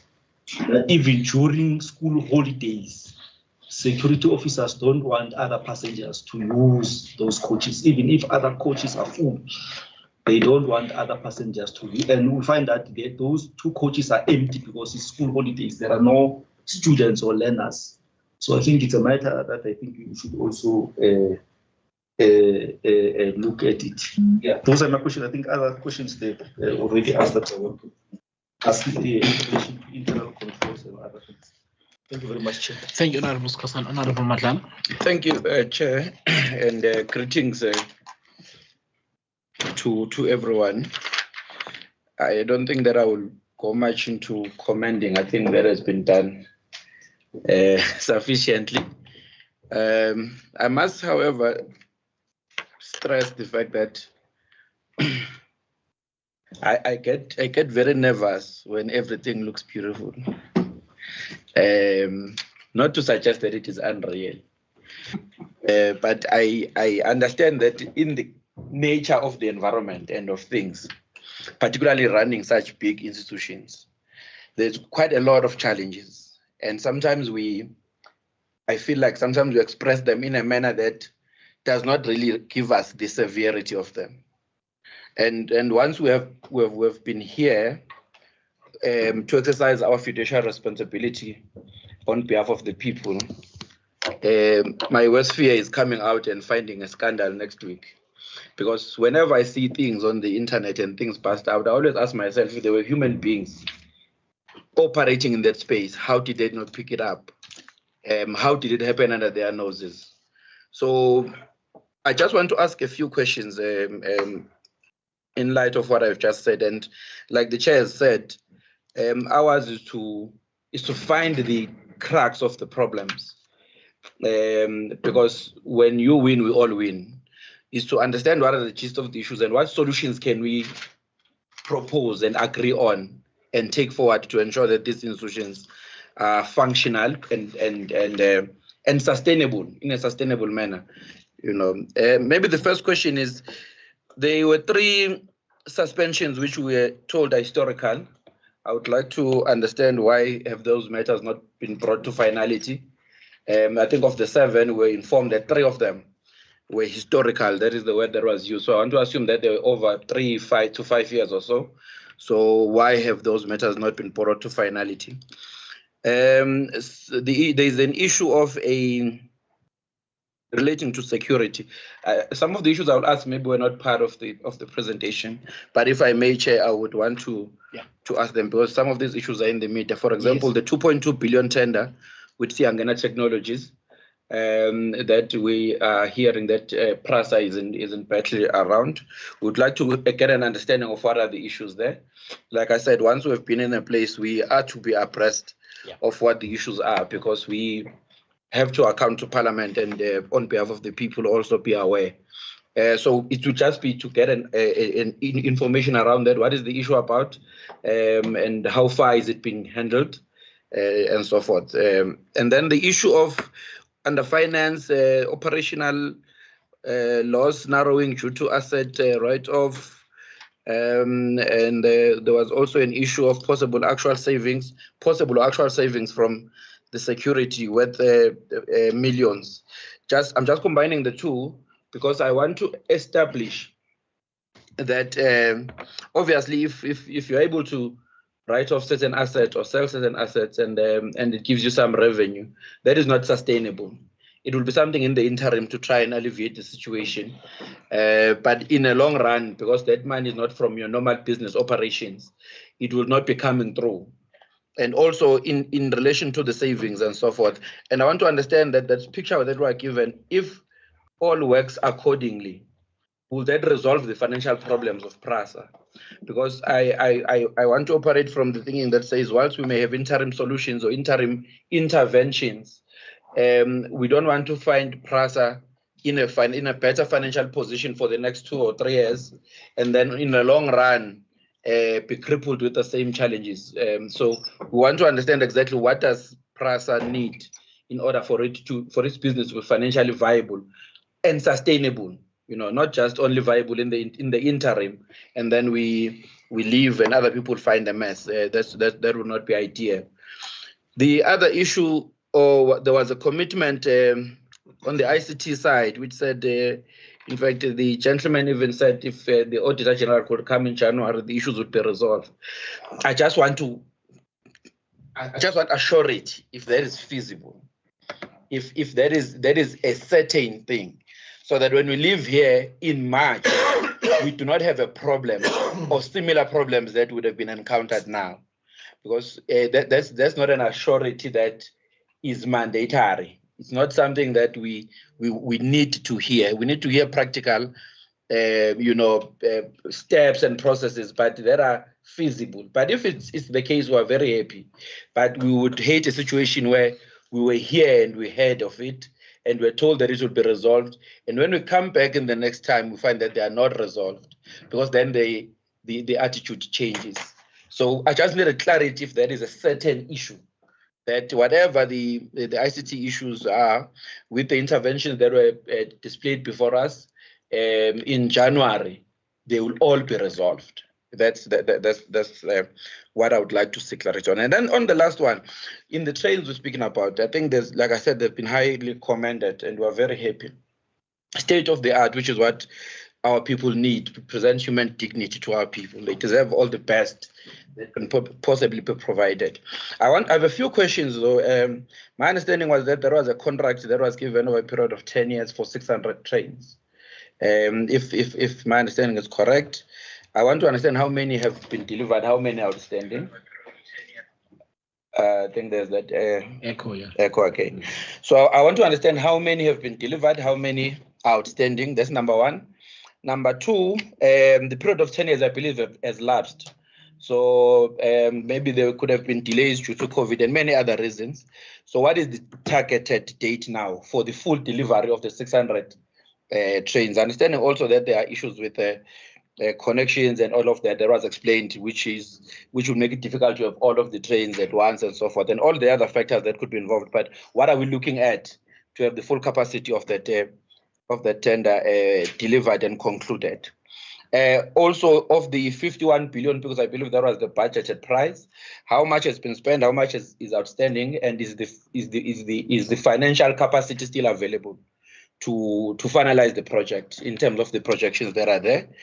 And then I also need further clarity. I know that we discussed it when we were on the train, the gap in between the train and the platform level, that there's a project or a plan to mitigate that, to bring it to some sort of a equilibrium or level that is acceptable, so that people with disabilities and all of that can be able to access with ease. I just need a line or two to remind myself. So are we going to increase the platforms across? What is the budgeted cost of that, and what is the project plan around that? So that at least we deal with the issue. I saw when we got to Park Station, it was even worse, the gap in between that. So I would just like some clarity also around that. And then as the last part, maybe it is to check so that from a premise that suggests that as we grow, as PRASA grows or any other state-owned entities, the same should be the reflection of society and local economy and so forth. So in terms of BE beneficiation for that project, I believe that there was a joint venture, given for the execution of that project. So how is that going? How is it going? And are all the beneficiaries of that project still part of it? And is it still intact? I think those are the questions I have. Thank you so much. Thank you very much. So let me give the PRASA team an opportunity to answer. I think we're going to miss 5:30, but we will still leave before, sorry, 4:30. But we'll still leave before 5:30. So can I just give the team an opportunity to answer? My suggestion is you try and go per member, but to the extent that questions fall within the same theme, another member asks, just specify that you're going to deal with them together so that the members are adequately covered. I will then ask my few questions, and then I think unless there are major issues, we will then be done. Over to you, Chair. Thank you, Chair. Thank you to the members for those suggestions and comments. We really appreciate the questions, but we also humbly appreciate the comments that do commend the fact that there is some improvement that's happening. Yes, it is a difficult journey. It's not something that we can actually do on our own. So it's a huge, it's a feat. But then that's why we think that the involvement of SCOPA has been very, very fruitful for us. Maybe, Chair, what I didn't mention is that on the central line last year, for the last 2 years, when we were trying to work on moving the squatters, the people that had built shacks on the central line, the success of that project was exactly because of the fact that we had SCOPA providing oversight, and therefore the bringing together of the different departments who signed the implementation protocol. We could never have done it on our own. But because SCOPA kept bringing everybody together and saying, what have you done? You do this, you do that, then we're able to actually successfully do it. So we really appreciate the input of SCOPA and all the work that we do. Thank you, Chair. So I think maybe what I should do, there were some comments which I think we will also deal with, but I'm cognizant of your time. So maybe what we'll start with is the questions, which there were quite a lot of questions, a lot of them which deal with the comments from a financial perspective and from an audit perspective. And maybe what we can do is come back to the comments, which we appreciate, and then deal with the questions that yes, okay. Questions. Thank you very much. So I'm going to ask the CO to start with all the questions that came with regards to I can start from this issue here.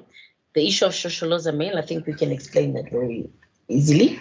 The questions that were raised by Honorable Farad Isak, is that right? And then some of them, you can just club them together with the other questions that came from Mr. Skosana as well.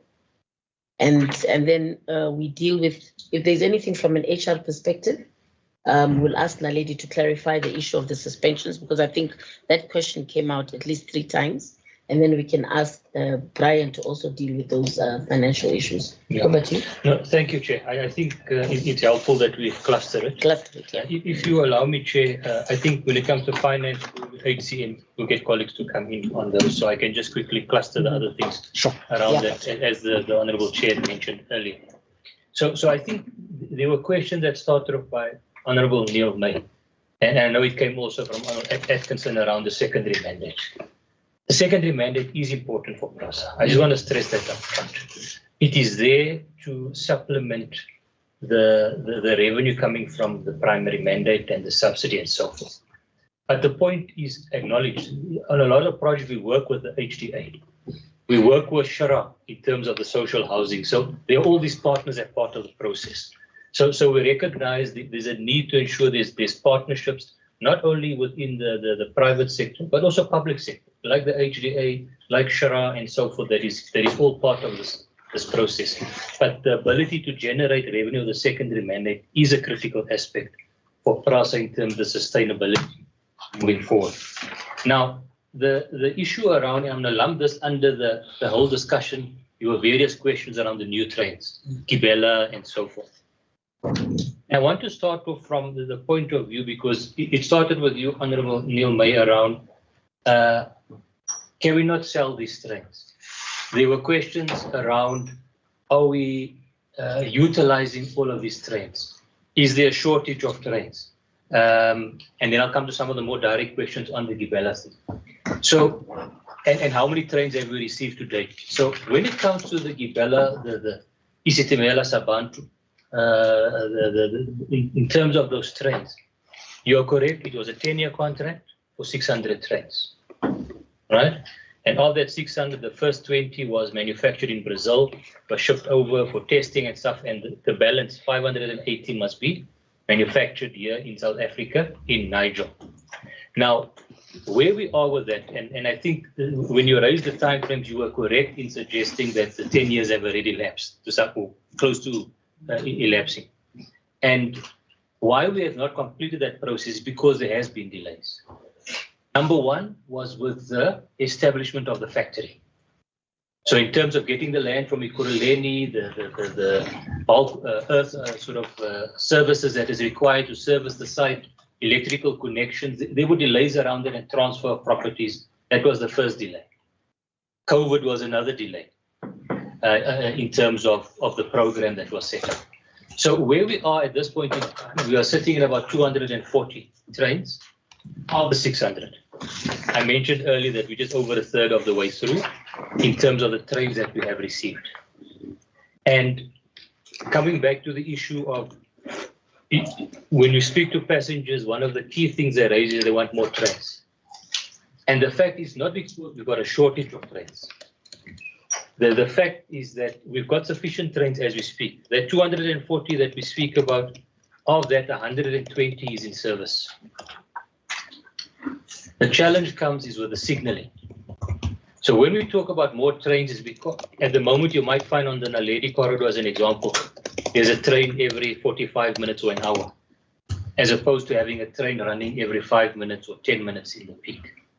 And for us to be able to run more trains, we need to get the signaling system up and running. So that is one of the priority projects, to ensure that we can have more trains running on the corridor. But it's not due to a shortage of trains. It's due to how we're controlling the trains. Because it's manual, it takes longer, you can't run the short frequencies that we want to run. So that's the issue around the trains that we need to address. And I think it was mentioned earlier, we've got signaling programs. We've recovered some of the corridors. Mabopane is recovered. Dolesville is recovered here in Gauteng. Atteridgeville. In Cape Town, we've got this Simonstown line that is recovered. So there are a few corridors that we are bringing back, but majority still needs bigger interventions that and we've got the program, as you saw in the war room, we can give the dates on where we're sitting with all of these programs. Now, the other point around linking this back, can we not sell the trains? Because this is part of a bigger discussion that we are having. And I'm sure the committee is aware that in 2015, there was already an AU decision that South Africa become the rolling stock manufacturing hub for Africa. So this manufacturing facility that we have got in Niger becomes very key. Yes, at the moment, the order is for 600 trains for PRASA. But one needs to look at the future of this factory. around selling of trains, maybe in the short, medium term, those that we are not using because we're still busy recovering. But also, what about the demand in Africa for trains? So there's that aspect that discussions are happening around how do we look at the future purpose, the future use of this factory to deal with some of those questions that we are dealing with. Also, you might find that there's different technologies that we want to come out of this factory. So you saw we had discussions around the electrical infrastructure today.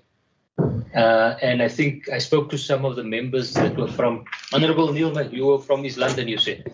Just as an example, East London to Berlin or Port Elizabeth to Uitenhage used to be electrified, 25 kV.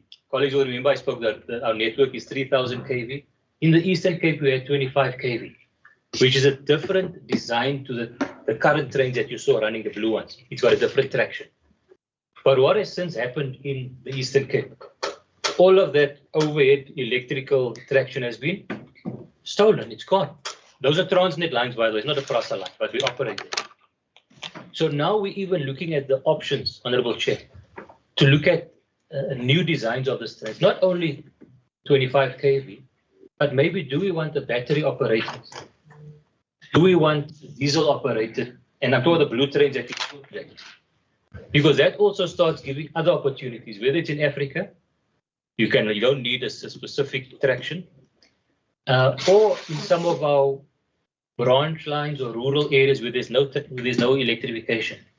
So I'm just saying, as part of that broader discussion around the factory, these are all important discussions looking at not only the 600, that is a 10-year contract, but even looking at becoming this manufacturing hub.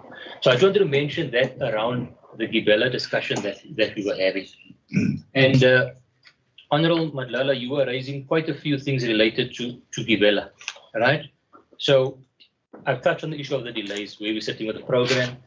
You look at the program now, we're busy considering an extension of time that's before us, but you're looking at roughly 2031, 2032 in terms of that new date that we're talking about for the 600 trains. You asked the question about how much have we spent to date, and we have got all those figures. I think, Chair, if there's some information, because some of them were detailed questions, we can always put that in a more detailed written response on that. But we have got that which speaks to that. I mean, at the time, because we're going to talk about what was the 2014 price that we spoke about, and it was signed off as 53 billion in terms of the Gazette, signed off by the Minister of Finance at the time. But if you look at the value today, it's higher than that, right? But of that 53, we spent in the region of a third of that, in line with the number of trains. But those numbers we can provide, Honorable Madlala. It's not a problem. Then and I think that this was also a very important question. And you asked the question, the funding around the program. Now, when Brian spoke earlier, and I mentioned in my earlier comments around the operational challenges we've got with funding, 40 million passengers versus the 600 million, the revenue and all of these things. That's operational funding. Capital funding, and PRASA gets its funding from the fiscus. That's how we undertake our programs, right? And PRASA is not unique in this situation. But this MTF, with this financial year, and PRASA is not unique. There's been budget cuts across the board because of the constraints with the fiscus. PRASA has had a budget cut of 6 billion over the MTF of capital. And that capital was taken from the Gibela program, the new rolling stock. So we are dealing, and we've got the deliberation discussions with our shareholder and with the finance minister of finance, the finance department, in terms of the requirements for the Gibela contract. As we stand, we are dealing with some shortfalls. We have made submissions to address those shortfalls. There are contractual commitments that we have got on this contract. Last year was the first year Gibela got themselves to a point where they could manufacture 60 trains for the year. So the trains you saw today, 60 were manufactured, and that is the maximum. 62. We've now ramped up to maximum capability. And like I said, with the shortfall, we now have to manage these things and that balance. And we are doing that through our shareholder and also the finance department. So I want to mention up front, there is this challenge with the funding over the MTN. We've had budget cuts. It's come from this line item. And we have contractual commitments that we need to address. And hence we have raised it with our shareholder around those requirements. And if you want to go into the details, we've got the numbers that we can share around that in a bit more detail. Just very quickly, the shareholding, and that's why I think it's important, Honorable Chair, when we do get the opportunity, we can do a detailed thing at Gibela for you. But just very quickly, Gibela is made up, the shareholding, it is the OEM, the original equipment manufacturer, which is Alstom, 70% shareholding. There is then the BEE shareholding, Ubumbano. Ubumbano is the BEE shareholding group, and that's made up of, let's call it new entrants into the rail space, existing companies that were in the rail space.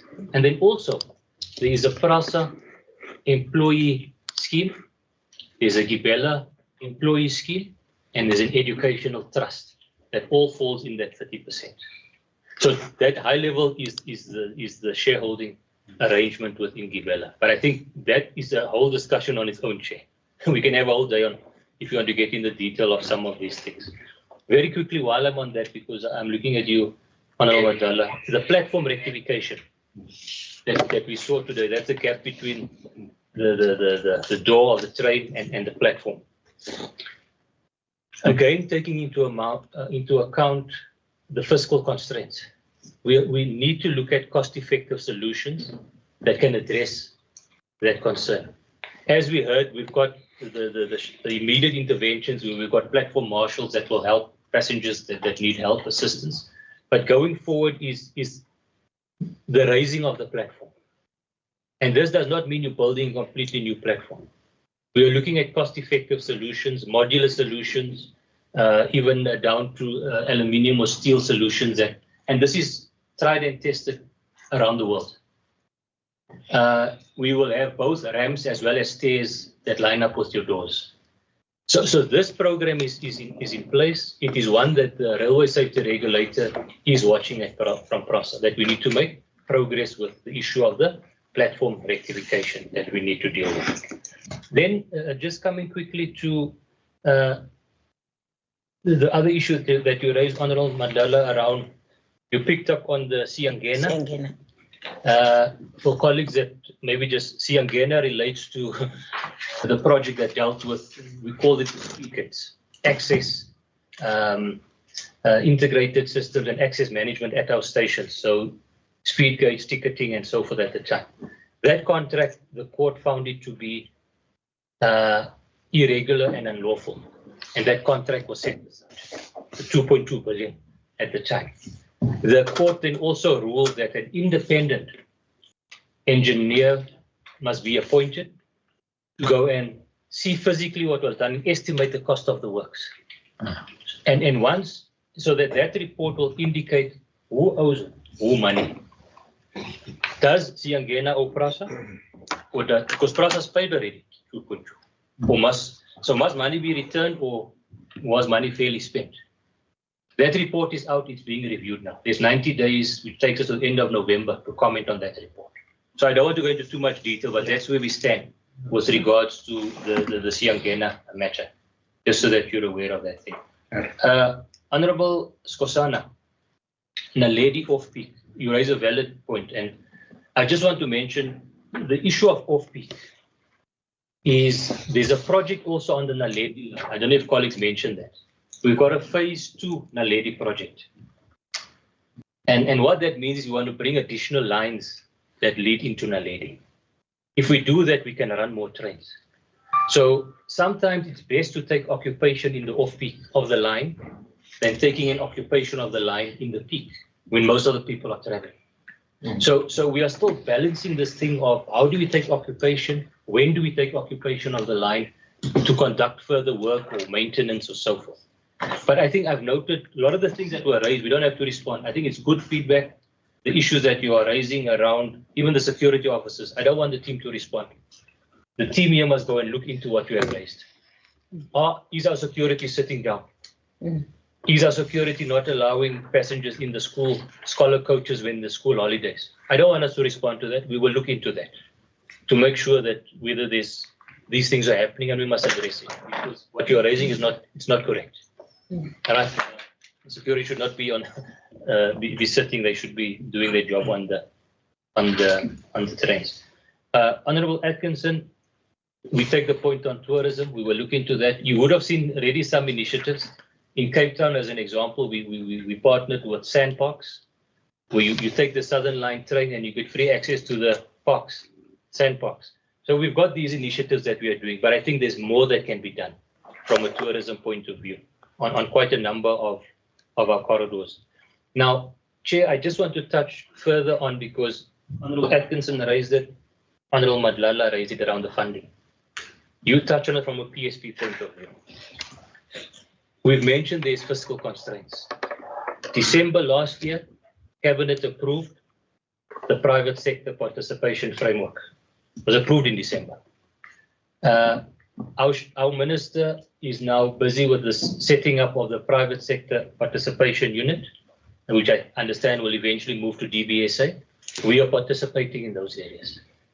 We have already participated in PSPs on our secondary mandate through development leases on our property portfolios. We now want to look at other opportunities, whether it's in the space of infrastructure and so forth. And Honourable Neil May, you raise the issue about mobile paying and stuff like that. Our strategy is to move to a cashless-based system, but you don't do that overnight. And you must have flexibility with what you're saying about mobile pay and those things. So, but the system is looking at interoperability, not only with other modes that we're talking about, but the EMV solutions with you can use your card, you can even tap with your phone, or a PRASA card if you don't have bank cards and so forth. We want to move to that for revenue protection purposes, but also importantly, it gives us information and data on our passenger numbers, transport movements, O&D patterns, so that we can plan also better around some of these things. So I think, Chair, because I am cognizant of time, I tried to, okay, the MLPS was the last one. Honourable Isak, you raised MLPS. And Honourable Chair, it's always interesting to hear when we have discussion, but I think it impacts everyone around this table. When we talk about remembering a train trip, whether it was MLPS or we were using the trains. I'm also a train user from Cape Town. I used to study there in Belleville. I use the train every day. And I also use the long distance. But for some reason, whenever you have a memory of being on the train, that memory is very strong. It's a very vivid memory when you're on the train. For some reason, you can remember it very clearly. And that's what train travel, the emotions are doing. So with regards to the MLPS, we are running a very limited service. We're only running to East London as we speak. We're not running Cape Town. We're not running Durban. We're not running Limpopo. We do run here and there special service like Comrades we ran and so forth, Comrades train. The reason for that is around availability of locomotives, number one. So while you saw what we're doing about modernizing the commuter rail services, there is no modernization as we speak in the long distance rail. There's a strategy now between ourselves, shareholders and stuff, looking at what the strategy going forward must be for long distance, including the longer term of high speed rail. All of that is in the discussion. So there's a shortage of locomotives, number one. Number two, predominantly the infrastructure we operate on is Transnet for the long distance. That's not proper. And there's also challenges around availability and conditions of the network, which we are working very closely with Transnet on. So the plan going forward, which is not a short-term plan, is to look at how we get some of the key routes back. And that links to the issue also of locomotives. And Chairman Indo for this point, because there were questions that we heard also when we were out on site. I don't see where the trains that is the tall ones. Eh? Quite a few of the honourable members asked, can you show me where's the tall train? And it's not these isitimela Sabantu trains, right? These are locomotives. And a locomotive is it hauls your long distance trains. So it's the one that's in front that pulls like the Shosholoza mail or the Premier class and so forth. Yes, yeah. Those are the ones that you refer to as the Spanish or the tall trains. There were 13 in the country at that time, by the time the contract was also ruled to be irregular and unlawful. And that was set aside. There's also a process with the liquidator looking at how do we recoup the monies in that process. PRASA is the main creditor to the extent of about 2 billion that was already spent on that process. Now, I just want to share this with the members.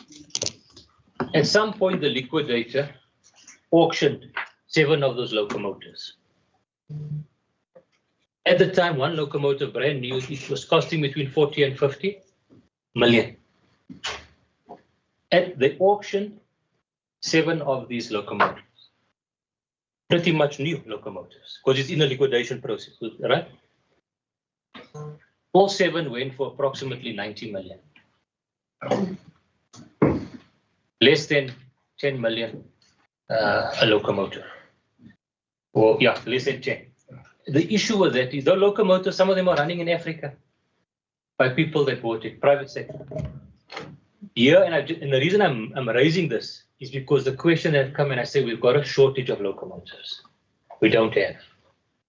And we're in a process now, Honourable Chair, where we are looking at saying, how does PRASA extract value from this liquidation process as the main creditor?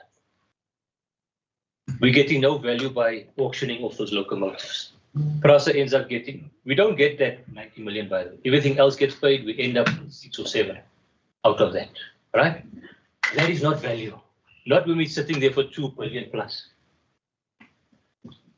The issue around locomotives being too tall is something that we must have a broader discussion around. Because even at the time, those locomotives had the approval to operate on parts of the network. When they were delivered in Cape Town at the harbour, they rode it up to Joburg. It wasn't on a truck, it was on the network. And it pulled 50 coaches with it, by the way. So we're going through a process, following the legal route around this thing.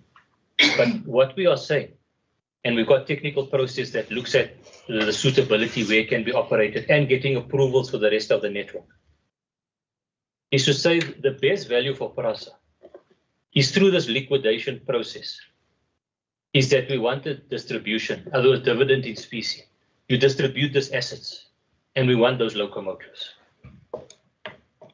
where they can operate on parts of the network. But again, this is one, Honourable Chair, I would prefer we can have a more detailed discussion. We can share the whole, from a technical, legal, financial, commercial point of view, how we've got to this point. But I just wanted to mention that because there was a number of questions that was posed to me, where are these trains, what's happening? We read this in the papers and so forth. So that maybe just at that level, I will leave it. I think we can have a lot more discussion in detail around these things. So Chair, I think maybe we can pass on to the other colleagues on the finance, audit, and fixed matters. You want to kick off? Yeah, I think, Chair, maybe one thing that I want to talk to is the issue of consultants doing our financial statements. That is not correct.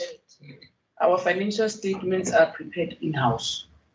The only thing that is being done is the review part, because at some point we were struggling with capacity in the internal audit department.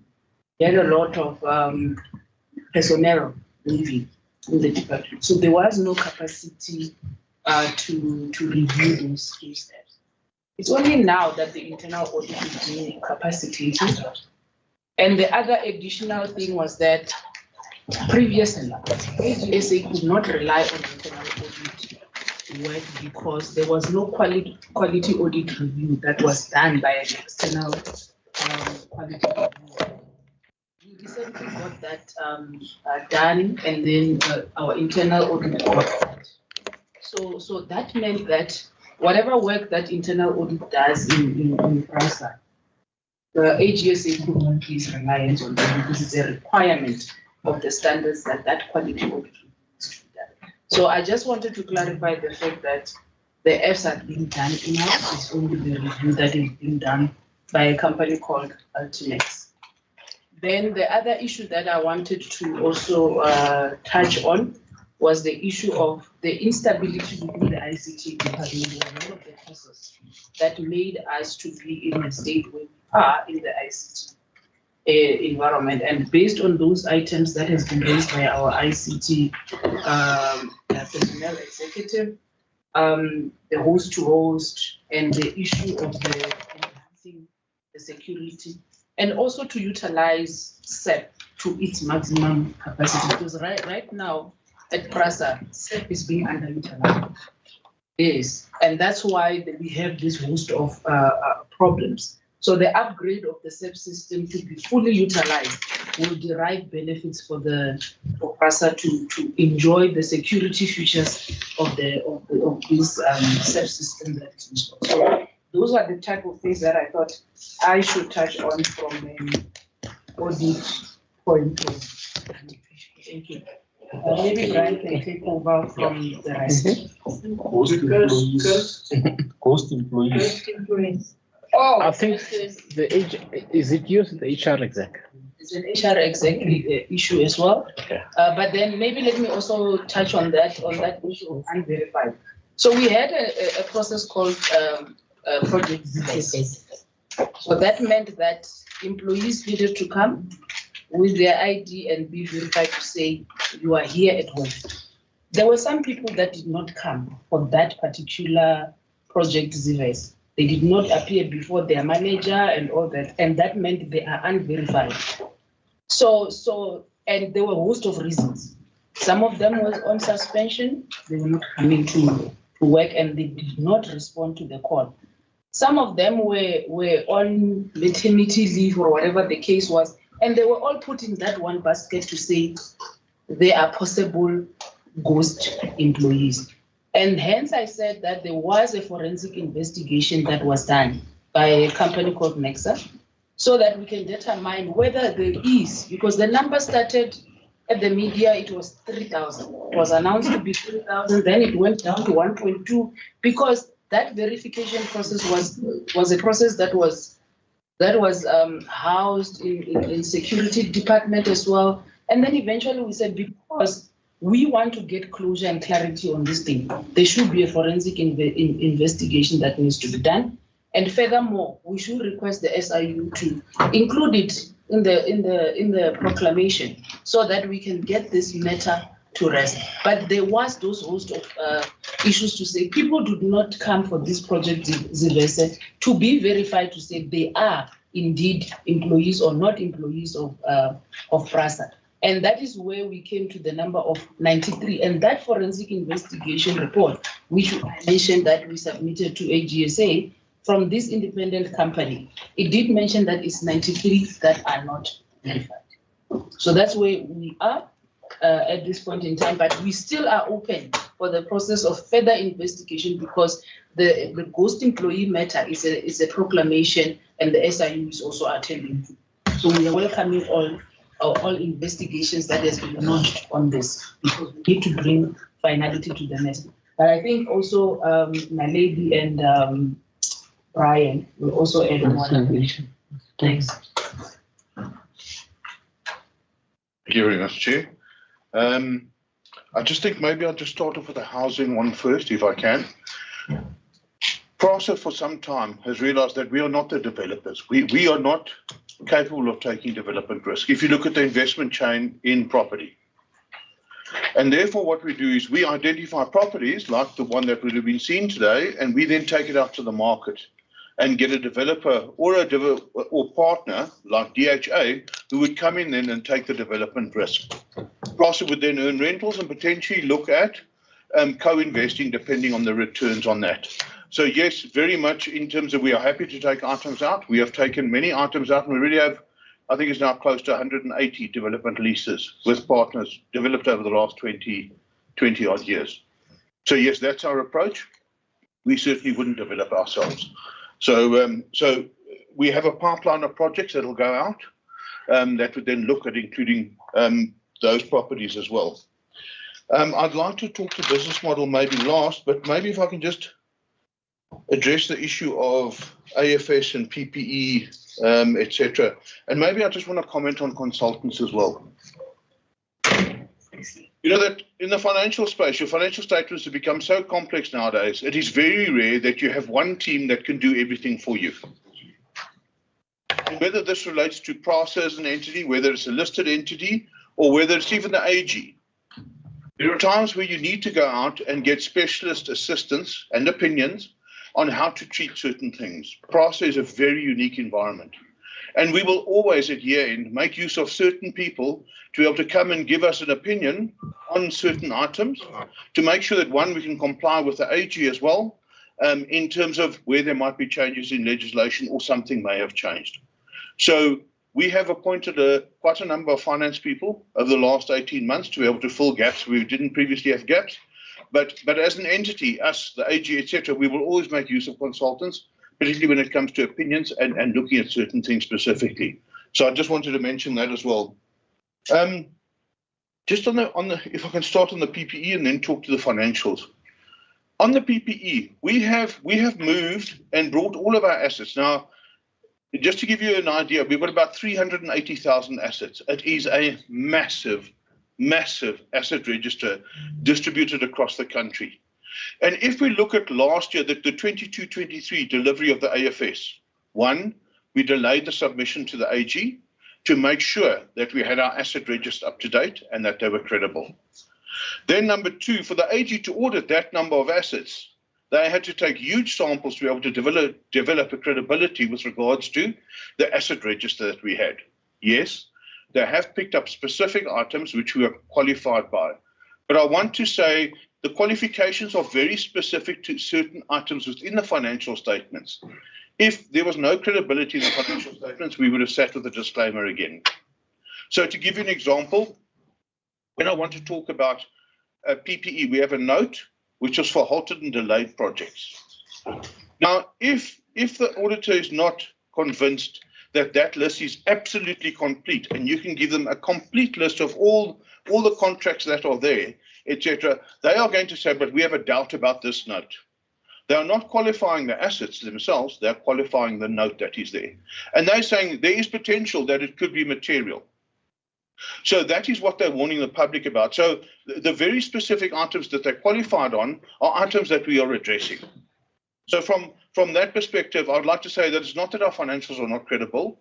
There are certain notes, 3 or 4 notes within the financials, which are called into question by the AG, and they could be material. So I think I'd like to phrase it like that rather than the financials not being credible. Just in terms of the, so in terms of people, so I want to talk to the 22-23 financial assets. You will see massive write-downs. And in fact, what you see in there, if you look at the years and the years before, the 2 years that are shown there, we have written about 15 billion rand in assets down. That's the net asset value of those items. That is the devastation we've experienced in our network.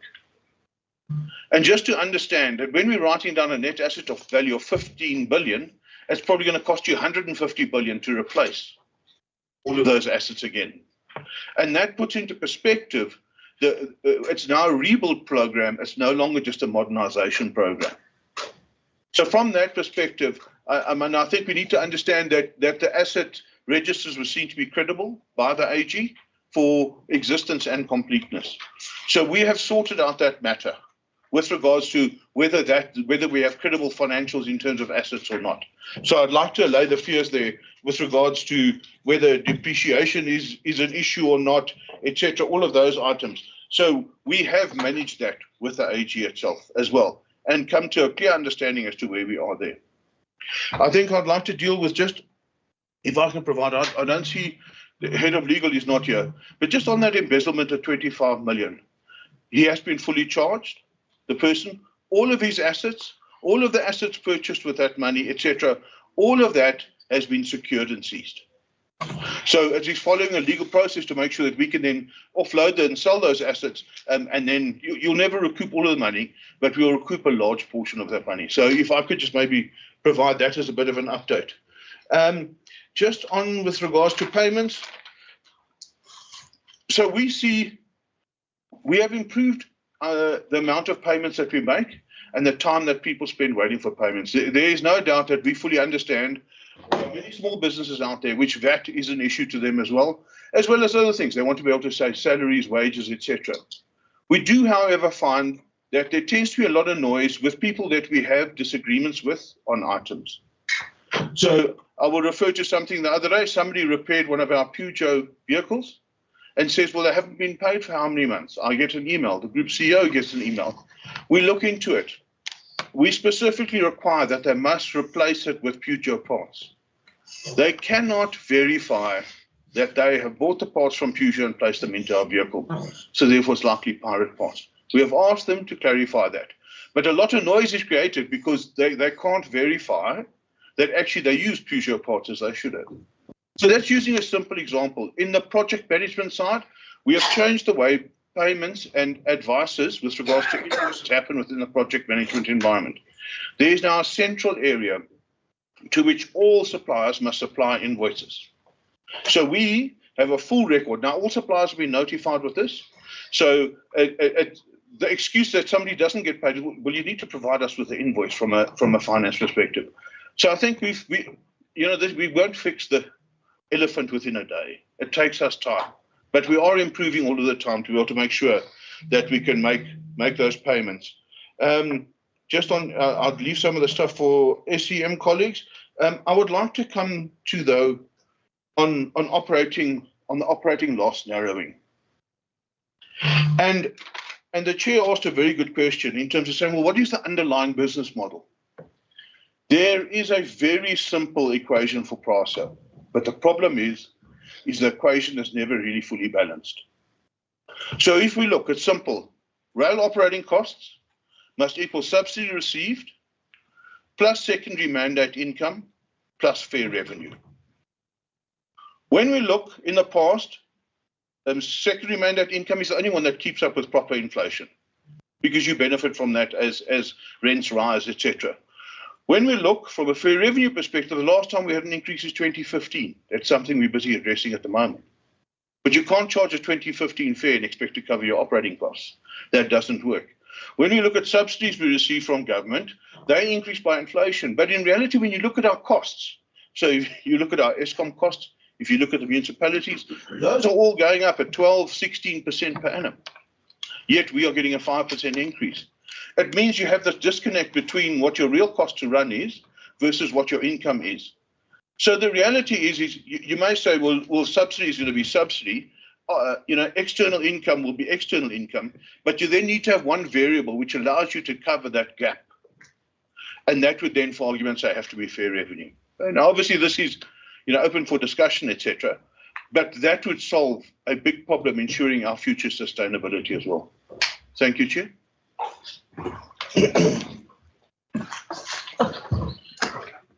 Thank you very much, Chair. Just on the issue of ghost employees, I'm not going to talk much on it. I think Director Ndidi has covered almost everything in relation to that. And then the other issue that was raised is if there were any disciplinary hearings. We had about 348 that were closed in the financial year, that is 23-24. And then currently, your other question was how many suspensions do we have in total currently? We have 18 from the start of the financial year. That's currently what we have. And our total cost of suspension, I do it on a quarterly basis, not on a monthly basis. Right now we're sitting on 2.4 because the first quarter was about 1.4 and then the second quarter was also about 1.433. So all in all, it runs about 2.8, 2.9. That's exactly where we are in relation to that one. I think those were the other three suspensions is because the matter is before the courts, and until the court has actually pronounced on the matters, we will not be able to close those suspensions. Thanks, Chair. There were some questions you asked Honorable Esak about the SCM. So they were okay. So there is that. I don't want us to forget because you are sitting down. They were. We just want to know where are the gaps in the executive and senior leadership team in terms of who's acting, where you haven't hired someone yet. I understood that. I mean, you need some specifics on that, and when are those roles going to be filled? So I understand where somebody's busy contesting, in either in the labor court, whether we can't hire someone permanent, but we need to know, is the EXCO fully staffed, right? That she cannot. You decide who answers the question, but it needs to be answered. Yes. Okay. Proceed, lady. Sorry. Advocate for you. Yeah. Oh, sorry. Thank you, Chair. I think the Chair did address the point in her opening remarks, and the interviews are taking place next week for the purposes of filling executive positions, be it CPO, be it CEO for RAID, for CRES, and the likes. So that process we hope to conclude before the end of November. That is our target. Okay. Can I just ask, because there's quite a few, so we are going to have a follow-up conversation, because I looking at my own discussion points alone, there's 2 pages, and we're not gonna go through that. So I'm not gonna ask us to rush it. But we'll set out, the committee secretary will set out some specific questions, because part of the assessment we need to make is which roles are held up in litigation, which roles are in process, and so on, so that we can assess the impact, because it goes to the questions Honorable Esak asked about, what people authorize and are able to authorize. Are they acting? Are they permanent? And how that works. That will be appreciated, Chair. But if in respect of acting position, whoever who acts with all the powers assigned to the position. So you cannot act and you are told that you can't sign certain things. You can sign something. So if that basic is understood, I think it's all. Thank you, Chair. So, Chair, Honorable Esak member mentioned a few items on SCM. The first, that we don't have a permanent CPO. I am acting, and I think the director has mentioned they're going to conclude the appointment of these key vacancies by November. But also, not by November, end of November. By end of November, yeah. And also importantly, we've got an approved delegation of authority, which I apply myself in terms of the delegation of authority, which has been approved at our board level. So I'm governed by delegations, and what is outside my delegation, then it's escalated to the next level of delegation, and then to the board ultimately in certain terms of transactions. You talk about what controls, internal controls that we have put in place to improve controls within PRASA and SCM. We have done many changes to our policy, which has brought about improvements. In terms of our securing the credibility of the SCM process, we have established a facility on the 15th floor where tenders are taken straight to that facility, which is under 24-hour surveillance. And those individual rooms are kitted with biometrics, CCTV, and they are under lock and key. So there's security that we have established to ensure the credibility of all tenders that we put out to the market and we receive. In terms of our high value tenders, which is above 500 million, we appoint external probity to give assurance to the process. Anything below 500 million, as I mentioned earlier, from 50 million up to 500 million, we are implementing pre-award audits. We've also capacitated the SCM compliance function within SCM to bring about the culture of governance. We also engage regularly with the National Treasury, the Construction Industry Development Board, in terms of training of the SCM practitioners. More importantly, we also extend it to the project teams as well. In terms of vetting within SCM, we talk about lifestyle audits. The lifestyle audit started with the group executives. The SIU has undertaken the lifestyle audits. Now it's filtered to senior management, managers, and within SCM, it's actually filtering right down to junior staff. And that process it's ongoing with the SIU. They've gone through different tiers already. In terms of irregular expenditure, you talk about 5.6 billion. Yes, you are correct. Of the 5.6 billion, 4.7 billion is multi-year. Multi-year, you look at 80% of the 4.7 billion relates to a few key programs. One being the general overhaul relating to the refurbishment of the old fleet. The non-compliance there is subject to a condemnation process. We are finalized the condemnation process. We're going through the loss control function in order to conclude the determination test. In terms of loss control function and in terms of irregular expenditure, we are aligned to the IE framework, which is the irregular expenditure framework as put forward by National Treasury.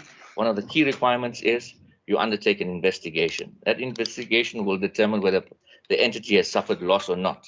If the entity has suffered loss, the responsible official or official, then the required consequence management must be meted out. All those checks and balances must be done before a determination test is passed as satisfactory. And once if there's any collusive or corrupt behavior, that will be meted out through consequence management. I think those were your questions in terms of SCM. Thanks.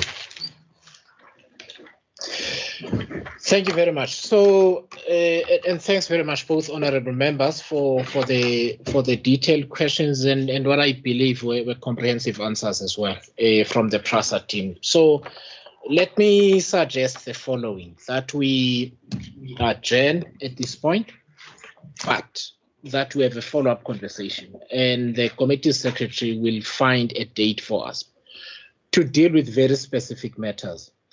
And let me explain why. So the philosophy is we trying to go on a journey with you.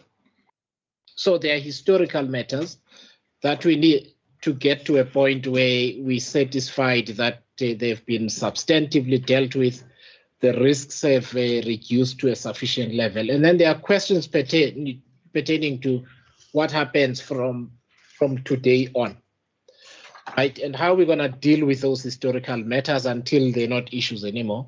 There are some evergreen risks that you have in any operation, and how we're going to manage those, and so on. So that's the philosophy. So that it sets the basis for our ongoing oversight. So that's the frame. The second thing is, I think we need an opportunity to engage with this past financial year's audit outcomes. Because to that extent, there might be some questions that I have and that we have, which might be dealt with through the briefing from the Auditor General. And all we focus on is basically what falls out from that. And then it becomes part of our moving forward package. So that's the first thing. Similarly, with the Special Investigating Unit, we've spoken to them, but it may be necessary to have one more conversation, not long, but just to make sure that we all on the same page. It's a good thing that they hear. So we kind of need to get on an even keel. But one of our mandates is to also ensure that the entities are financially sustainable and the risks are adequately managed, whether the operational risks and so on. And there will be a reason to speak to some policy matters with the minister, who has thankfully, been very cooperative with us in terms of information that we want from all the agencies that fall under a purview or here coming to Parliament, which is, I think, is the right way to deal with Parliament. So I really appreciate that. So what we'll do is we'll provide some guidance in terms of what information we would like to discuss with you. But I will give some ideas at this point. So that question about the business model is really important, because we also need to identify the risks and therefore policy and other interventions that are necessary in order to make sure the business model is robust. What do I mean by that? That formula works if it is guaranteed for a reasonable period that the grant you get from Treasury remains, right?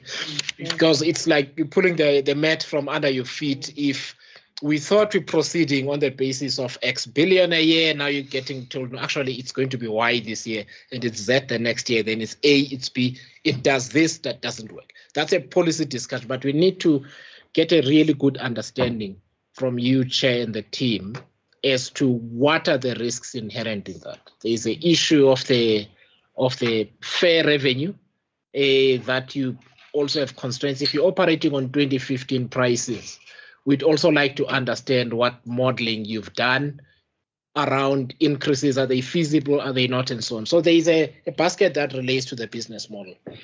There will be a basket that relates to some issues. For instance, we do need to talk about the old stock versus the new stock, right? And there are some sort of elementary things which might maybe be nothing, but are important. So for instance, is that old stock going to run together with the new, as an example? Are they compatible at that level? Or you know, in some instances, they need some adjustments which might cost money. So I'm assuming that this gap between the train and the platform at Park Station isn't a problem that was there before, right? What does that mean in terms of what needs to be done? How much is it going to cost? Are you covered in terms of the capital you need for that sort of thing? But also what's going to happen to the old stock? We haven't ventilated that question. You might have an answer, but we need to deal with all of those matters, because what you want is to end up with a situation where the way forward is clear in terms of how PRASA is going to proceed. There are also issues relating to the delays in your, and by delays, I mean you can't do it fast enough. Let me put it like that. And I might be wrong, but you can't recover and build the infrastructure fast enough. And we need to understand the rate at which that development is going versus the rate at which the new stock is being produced. How do the two match up to one another? What happens if you do not get the capital you need for the signaling and all of these other things? Are we going to sit with a white elephant later on? That includes penalties and that sort of thing. So, and I don't want to ventilate all the issues, but you get going with all of this. Then there are the issues that relate to other institutions, the Transnets, the provincial governments, the metros, and that kind of thing. So. And then there are issues around leadership, around staff, around whether you've got the right caliber of people in the right roles and so on. So through the secretariat of the committee, we're going to send a detailed request so that the presentation covers both the audit outcomes and all of these issues about how we move forward. Because when we have that stretch session I spoke about next year, we need to know exactly what our conversation is going to be with PRASA and the minister and everybody over the 5 years, so that we're clear about the things, the accountability points between yourselves and the committee and the minister. We will do that through the committee staff. It will be during this term. We will find time. I know Sis Ndombi is looking at me because we already have a busy, but we will find somewhere in there. It will give you adequate notice, but the request will be fairly detailed, so that we can be clear around what the agenda for our conversation is. Thank you. But honorable members of the AG, PRASA, Special Investigating Unit, journalists, thank you so much. Thank you. Members of the board, thank you very much. It's been a long day. You've got the Transport Portfolio Committee tomorrow. Good luck with that. We will communicate with you in terms of when we're going to meet. But we really appreciate the hospitality and the discussion, and also the openness in taking us through the issues here. Thank you very much. Thank you, Chair. Thank you. Thank you so much. Thank you very much. It was a quality day. Apparently, this was supposed to be fun. Eyesight.